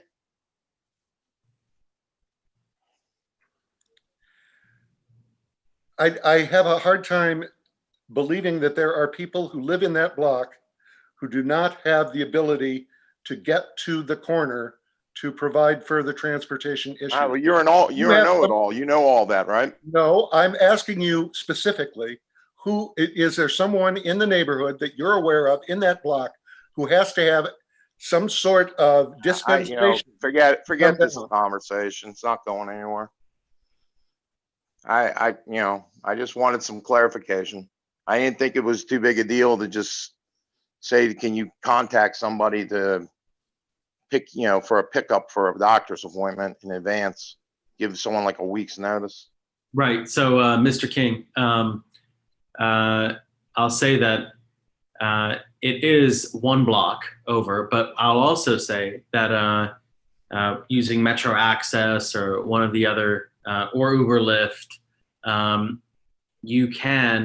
there's a mid-block pickup point through that alley that's north of Belmont that can be utilized. You could get in there I got it. You guys have answered my question. It's no.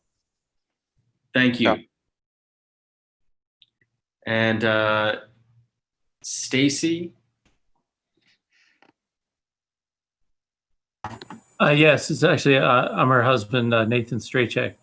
My question is, this closure, is this 24/7?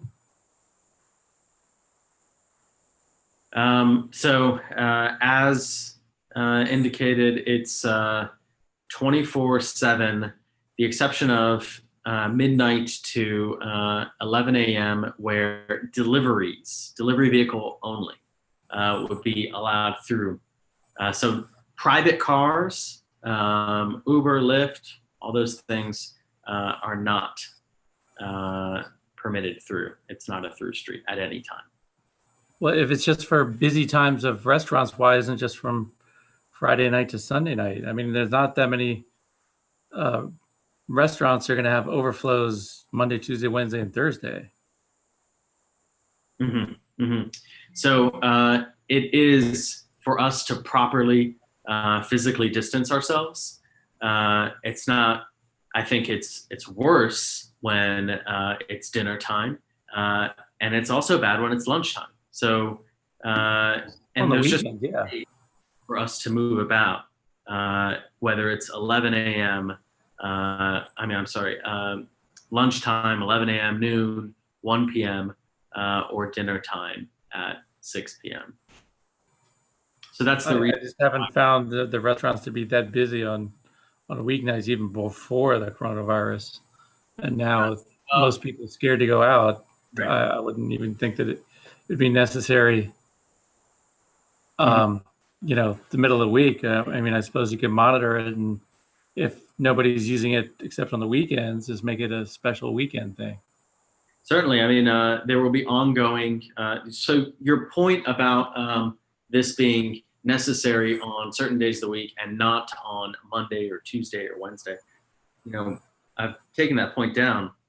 Yeah, I see some issues with what I was saying about the busy times, whether it's lunchtime or dinner time, every day of the week, because there's just not the space. We don't have this. Our sidewalks weren't coronavirus proof. We don't have the space to distance ourselves by 6 feet. So having just a couple of people having lunch makes it so that I need to go on the roadway in order to distance myself. So that understanding that, and also understanding that a consistent closure, and not one that is for some days of the week as opposed to other days of the week, will help deal with the neighborhood's concerns about traffic, because that will help tamp down it will help having drivers adapt to the new conditions. So thank you for patiently waiting and getting your concern in. And I've noted that. So we have gone through, we have one more hand up actually. And I think this is also coming back around to Mr. James. Yes, it's me again. Thank you so much. You know, I stated that the mayor's emergency did not do the 1 year after the end of the emergency extension that 2 callers ago, or 3, was being discussed by Arthur.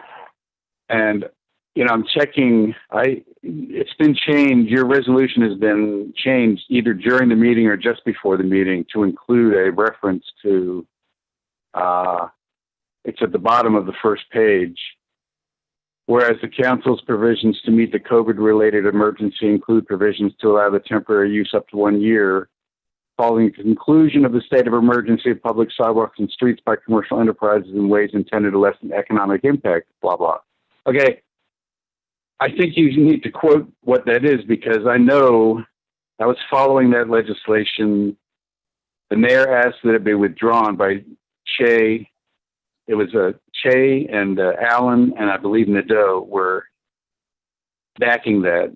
But the mayor was just about to roll out her reopening stuff, and I have not seen this in any of those reopening things. So if you have a citation, I think you should put it in there and state whether you have a citation, or is this just something that is thought to have happened or not? I don't believe it's happened, but I will look into it, but I don't have time to look into it now because I'm involved in this meeting and looking at, you know, all the different screens, and my phone is used up by being on this call. So I just wanted to, that's one major point. But another one is I really did want to just say, you know, it's really, it hasn't been stressed enough by very many callers, but to move the public Metro bus system, you know, a major route that runs from southeast to far northwest, you know, that services many people in service industries, you know, and I'm not going to say whether somebody else referred to the riders of the buses as lower income, but I do know they're mostly black and brown people when I get on that bus for my own purposes. So, and I imagine that some of them work in restaurants here in Adams Morgan. And I'm not saying that they can't walk from a stop on Columbia Road, but it's more than that. If you move that bus route, you know, for this purpose, I find that to be rather astounding. I mean, disabled folks who ride the bus and the buses kneel, you know, I think we need to be a little bit more widespread in our net to catch everybody who's going to be affected. And then when you add those buses, those 90s and 96s to Columbia Road, and things pick up, you know, that will be a logjam. There's just no doubt about it, because the buses coming up, the 42s and 43s in rush hour, they come in clumps, and things get really congested in normal times. And we're heading back towards normal times, I hope. So I just wanted to stress that. I missed touching that earlier in the discussion, and I'll get off now. Thank you very much. Thank you, Dennis. Commissioner Guthrie, do you want to take a comment on buses? We've noted this before, but if you have something specific to say.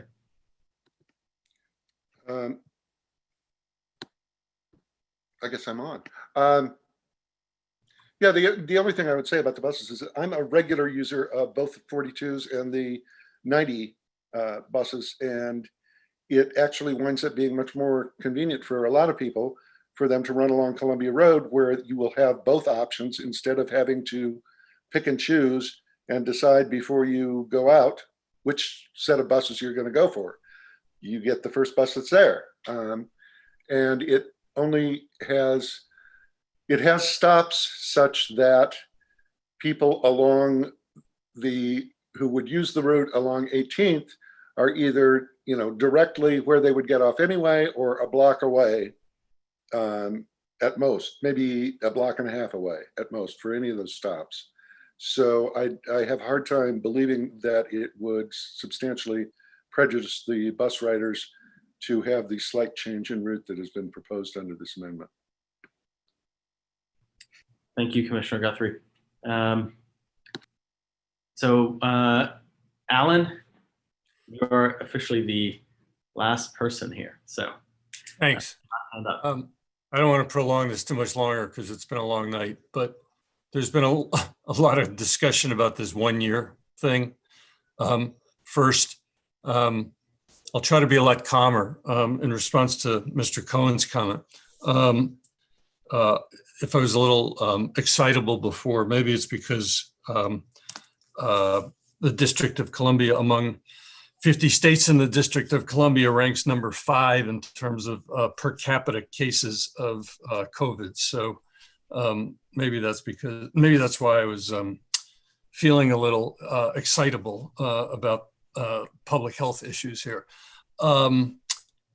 This 1 year thing seems to have created a lot of discussion. And I was looking through the resolution again. I was listening to the conversation. I listened to what Dennis just had to say, and I haven't had time to research his point or any of the legislation.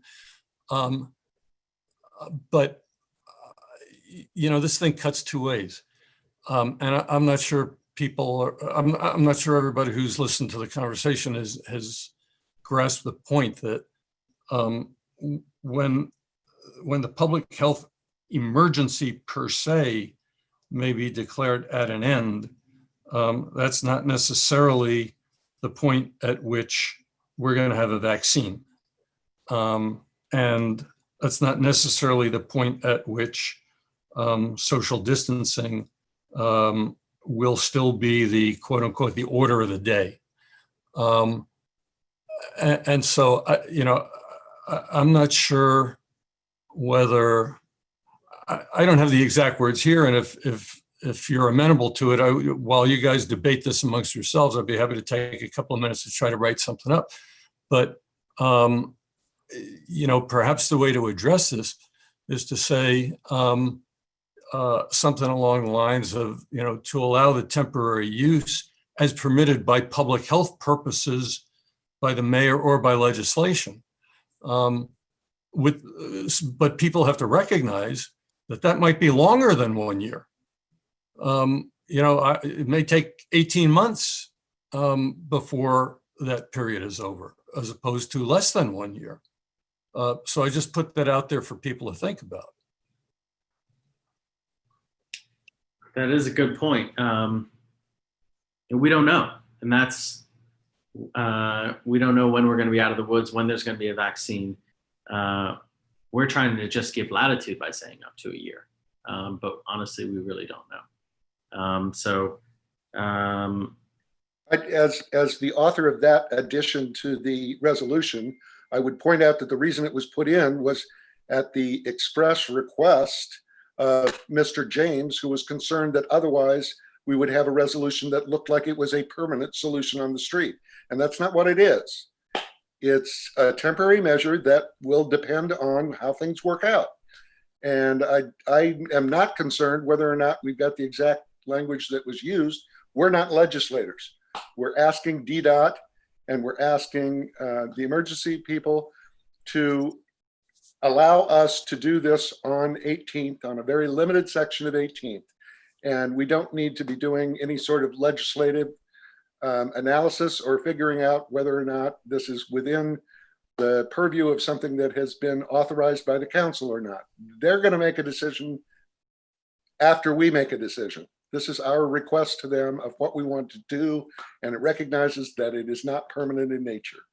And you know, the concerns about whether or not it's going to be a year or not are something that are going to be determined by future events. It's not by what we decide tonight. Absolutely. Good points. We will all know when we're out of it. It's not up to us to decide, but yeah, we will certainly be aware and know when we are out of this. So we've gotten through all of everyone who has had something to say. Seems like there's one more hand up. Mr. James, go ahead. Yeah, sorry to come back in. I meant to say this because of Mr. Wexler's comments about south of Kalorama, the merchants might want to do something. But I didn't, so what, you know, the sidewalks are less wide there on the west side where the businesses are. What does this plan do to provide better, you know, social distancing walking for anyone who wants to walk up 18th Street for any purpose? That's all. Okay. So it's a good point and something we've batted around. So, and the point is, well, what I'm hearing is, what does this plan address specifically areas south of Kalorama? What does it do for social distancing, physical distancing for the areas south of Kalorama? And I think the reason why we didn't address it specifically was that businesses can go, there are it's not a contiguous block of businesses that would have sidewalk cafes or anything like that. And on the east side of 18th over there, if you wanted to walk up 18th with nothing around you, no other business, you can. You have Marie Reed there. You have the tennis court. You have the basketball court. There's a lot of space. Now, I don't have any problem most of the time being able to walk right up there. It is the 2300 and 2400 block that I specifically have problems doing. And you know, for that, for the portion of the 2000 block where we do have a few businesses kind of next to each other, we are discussing with those businesses to create a sidewalk extension. To Commissioner Bowles's point earlier about sidewalk extensions, this is something we've brought up, very concerned about, but we don't want to wholesale make that area a sidewalk extension. So thank you, Dennis, for bringing that up. Okay, so commissioners, you've heard a lot over the last, I don't want to say how long. I'd like to open it back up to the commissioners. Thank you all. Thank you all. Thank you to the residents for chiming in and giving your comments and feedback. You know, I've taken quite a few notes here. Certainly, we will continue to have this standing agenda item. We will continue to hear feedback and evaluate how things are going, assuming that we're able to get this plan through and get it enacted by the district government. I do also want to point out that The last plan I heard, I wasn't pleased with. I don't think anyone in the neighborhood was pleased with having Jersey barriers up and down 18th Street while not solving for physical distancing, and also keeping 2 lanes of traffic. And that plan lasted exactly 2.5 minutes before it was withdrawn, as soon as everyone heard that, as soon as everyone on that call with the mayor's office heard that the neighborhood is deep in discussions and working on something. So we are only able to get to this point with the involvement of the entire community. And to that, I'll leave it to the commissioners. Commissioner Guthrie. Well, I was just wondering procedurally, this didn't come out of a committee. It needs to have a motion to support the resolution as written, together with a second, before we can make further consideration on it, I think. Correct. I'd move to for us to consider the resolution as written. Do I have a second? Second. Very good. Thank you, Commissioner Bowles. So discussion. Commissioner Zatoli.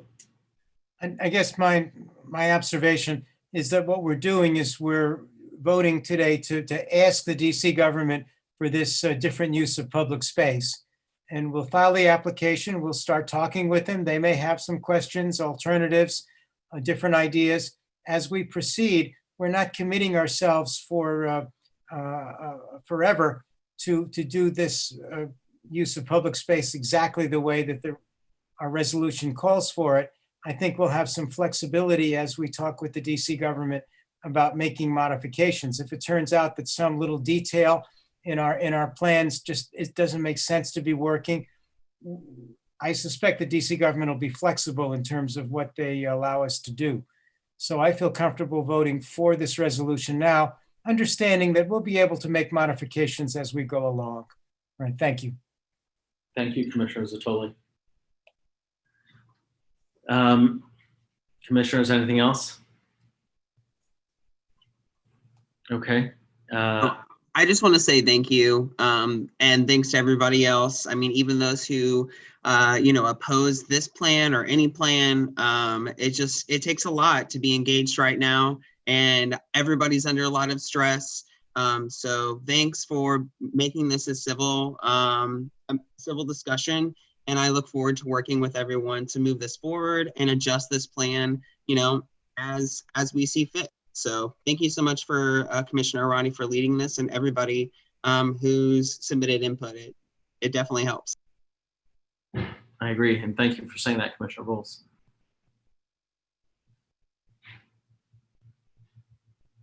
Okay, hearing nothing else, let's call to a vote. All those in favor of the resolution as indicated and talked about, please indicate so by saying aye. Aye. Any against? Any abstentions?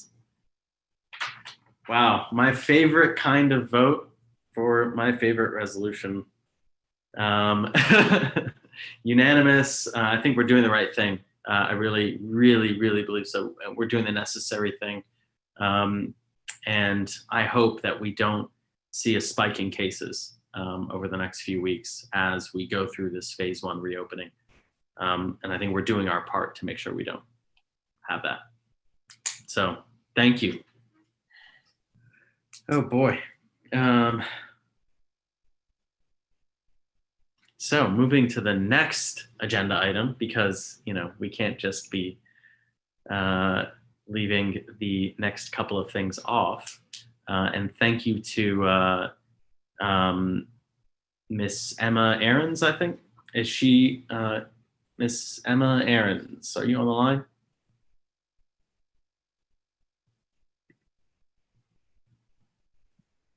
Hi, can you hear me? Yes. Okay, thank you. I have a newfound appreciation for all that you do. Thank you all after tonight. So I will try to keep this brief. I grew up in this area and I'm very invested in improving the neighborhood. I've had increasing concerns about a particular intersection and pedestrian safety at the intersection of Biltmore and 19th Street. And this started in October 2018 when I contacted 311. And so here we are. I did get a petition signed. So the ask was originally for a crosswalk, but my understanding now is the ask is actually for a safety assessment to be done by the DOT. So I really just need the ANC's support to get a safety assessment for that intersection. I stood on the corner for a few hours. Oh, sorry, I just saw a comment. I stood on the intersection for a few hours in March and I have 118 signatures and I would have gotten more to support it except for the pandemic. So I'm hoping to get support just to get a safety assessment at that intersection. I have concerns about cars from 19th Street, cars coming up Biltmore Street, and numerous pedestrians cross there throughout the day. Thank you, Ms. Ahrens. And just to be clear, this is a request for a crosswalk, or what started originally as a request for a crosswalk at the intersection of Biltmore and 19th, where there currently is no crosswalk between Biltmore, between Calvert and Columbia Road, which is a pretty long way to go without a crosswalk to safely cross. And other concerns came up as I was getting the petition signed. It's also a one-way and cars are often going down from the opposite direction. So I think the safety assessment makes a lot of sense. And, you know, whether it's a speed bump, a crosswalk, signs, anything to kind of improve pedestrian safety at that intersection. Well, I'm certainly happy to make a motion that the chair write a letter to DDOT requesting safety assessment at the corner of 19th and Biltmore Northwest. I second the motion. Second. John got it. Is that it? That's all I need? Well, we need to have a vote. Almost. Yeah. So any discussion? Commissioner Jackson? Nope. Okay. Thank you for doing this, Emma.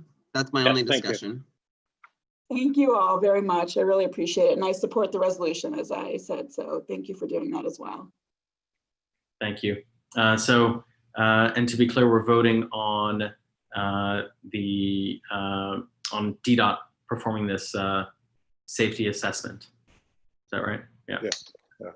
So all those in favor of a resolution supporting DDOT performing a safety assessment at 19th and Biltmore, please indicate so by saying aye.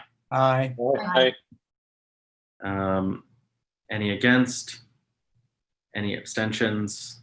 7-0.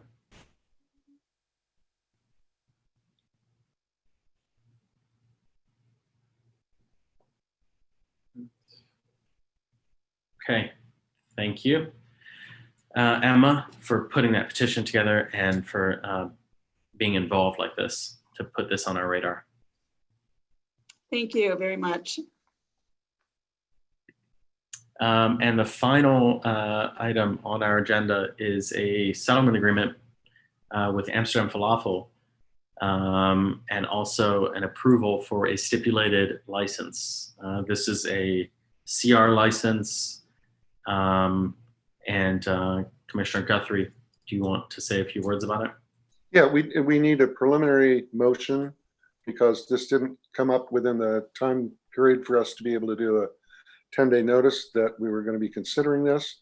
Amsterdam Falafel has decided that one of the ways that they can remain economically viable is to be able to provide particularly the takeout liquor that is now available through ABRA licenses. And very unusually for an applicant is only requesting sale hours till 11 p.m.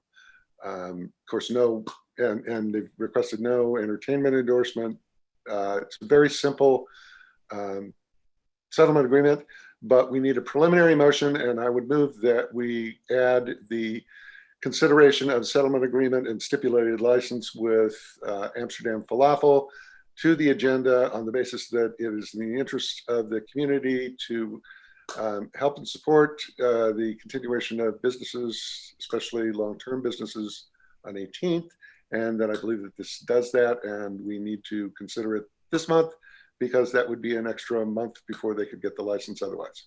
Yeah, I second, and I'm not repeating all of what you just said.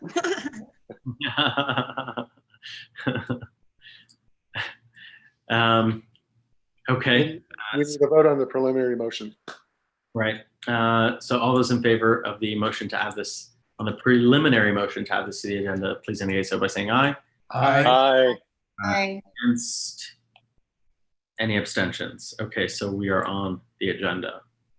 And I would move that the ANC adopt the negotiated settlement agreement that was already been signed by the applicant and signed by KCA. It's, as I said, a very bare bones because they're not going to be doing a whole lot with it, but hopefully it will help them a lot and allow them to be economically viable. And in addition to that, I would also move that we agree to a stipulated license, which would allow them to begin the operation before the expiration of a 45-day protest period that normally is there. When you've got both the KCA and the ANC agreeing to a settlement agreement, it's unlikely that anyone else is going to protest it, and therefore she should be able to start doing it now. I need a second for my motion. So, any discussion? Hearing none, call to a vote. All those in favor of the resolution as so eloquently described by Commissioner Guthrie, please indicate by saying aye. Aye. Aye. Any against? Any abstentions? Another unanimous vote. It's my favorite night. So, all right. And You have a hand up. Just want to make sure you see it. we do. Yeah, Ariane, the owner of Amsterdam Falafel. Ariane. She's muted on my photo. Hi, I just want to say thank you very much. I'm very, very grateful for your guys' support. You know, we are really excited to reopen and we're working hard towards it. And so we are super grateful for your support in doing this. And we look forward to being here for many more years. Thank you. Thank you. Thank you, Ariane. Thank you. Thank you. Okay, shall we adjourn? Actually, before we go, Gordon, can we get a transcript of the chat? I just want a printout of everything that was said in the chat because it's very, very hard. I mean, it was nearly impossible for me to look at the chat and take questions and all that stuff. So I would like to see it. Yeah, absolutely. The every month I've been sending you guys files with the backup audio and video. There's also a text document that has it in there. Okay, all right, perfect. Thank you. Thanks again, Gordon. Yeah, thank you. And Yeah, thanks, Gordon, for doing all of these meetings. And sticking it out. That's been quite a while here, 4 hours or so. Motion to adjourn. Yes. Just in time, everybody. you. They say I move we adjourn.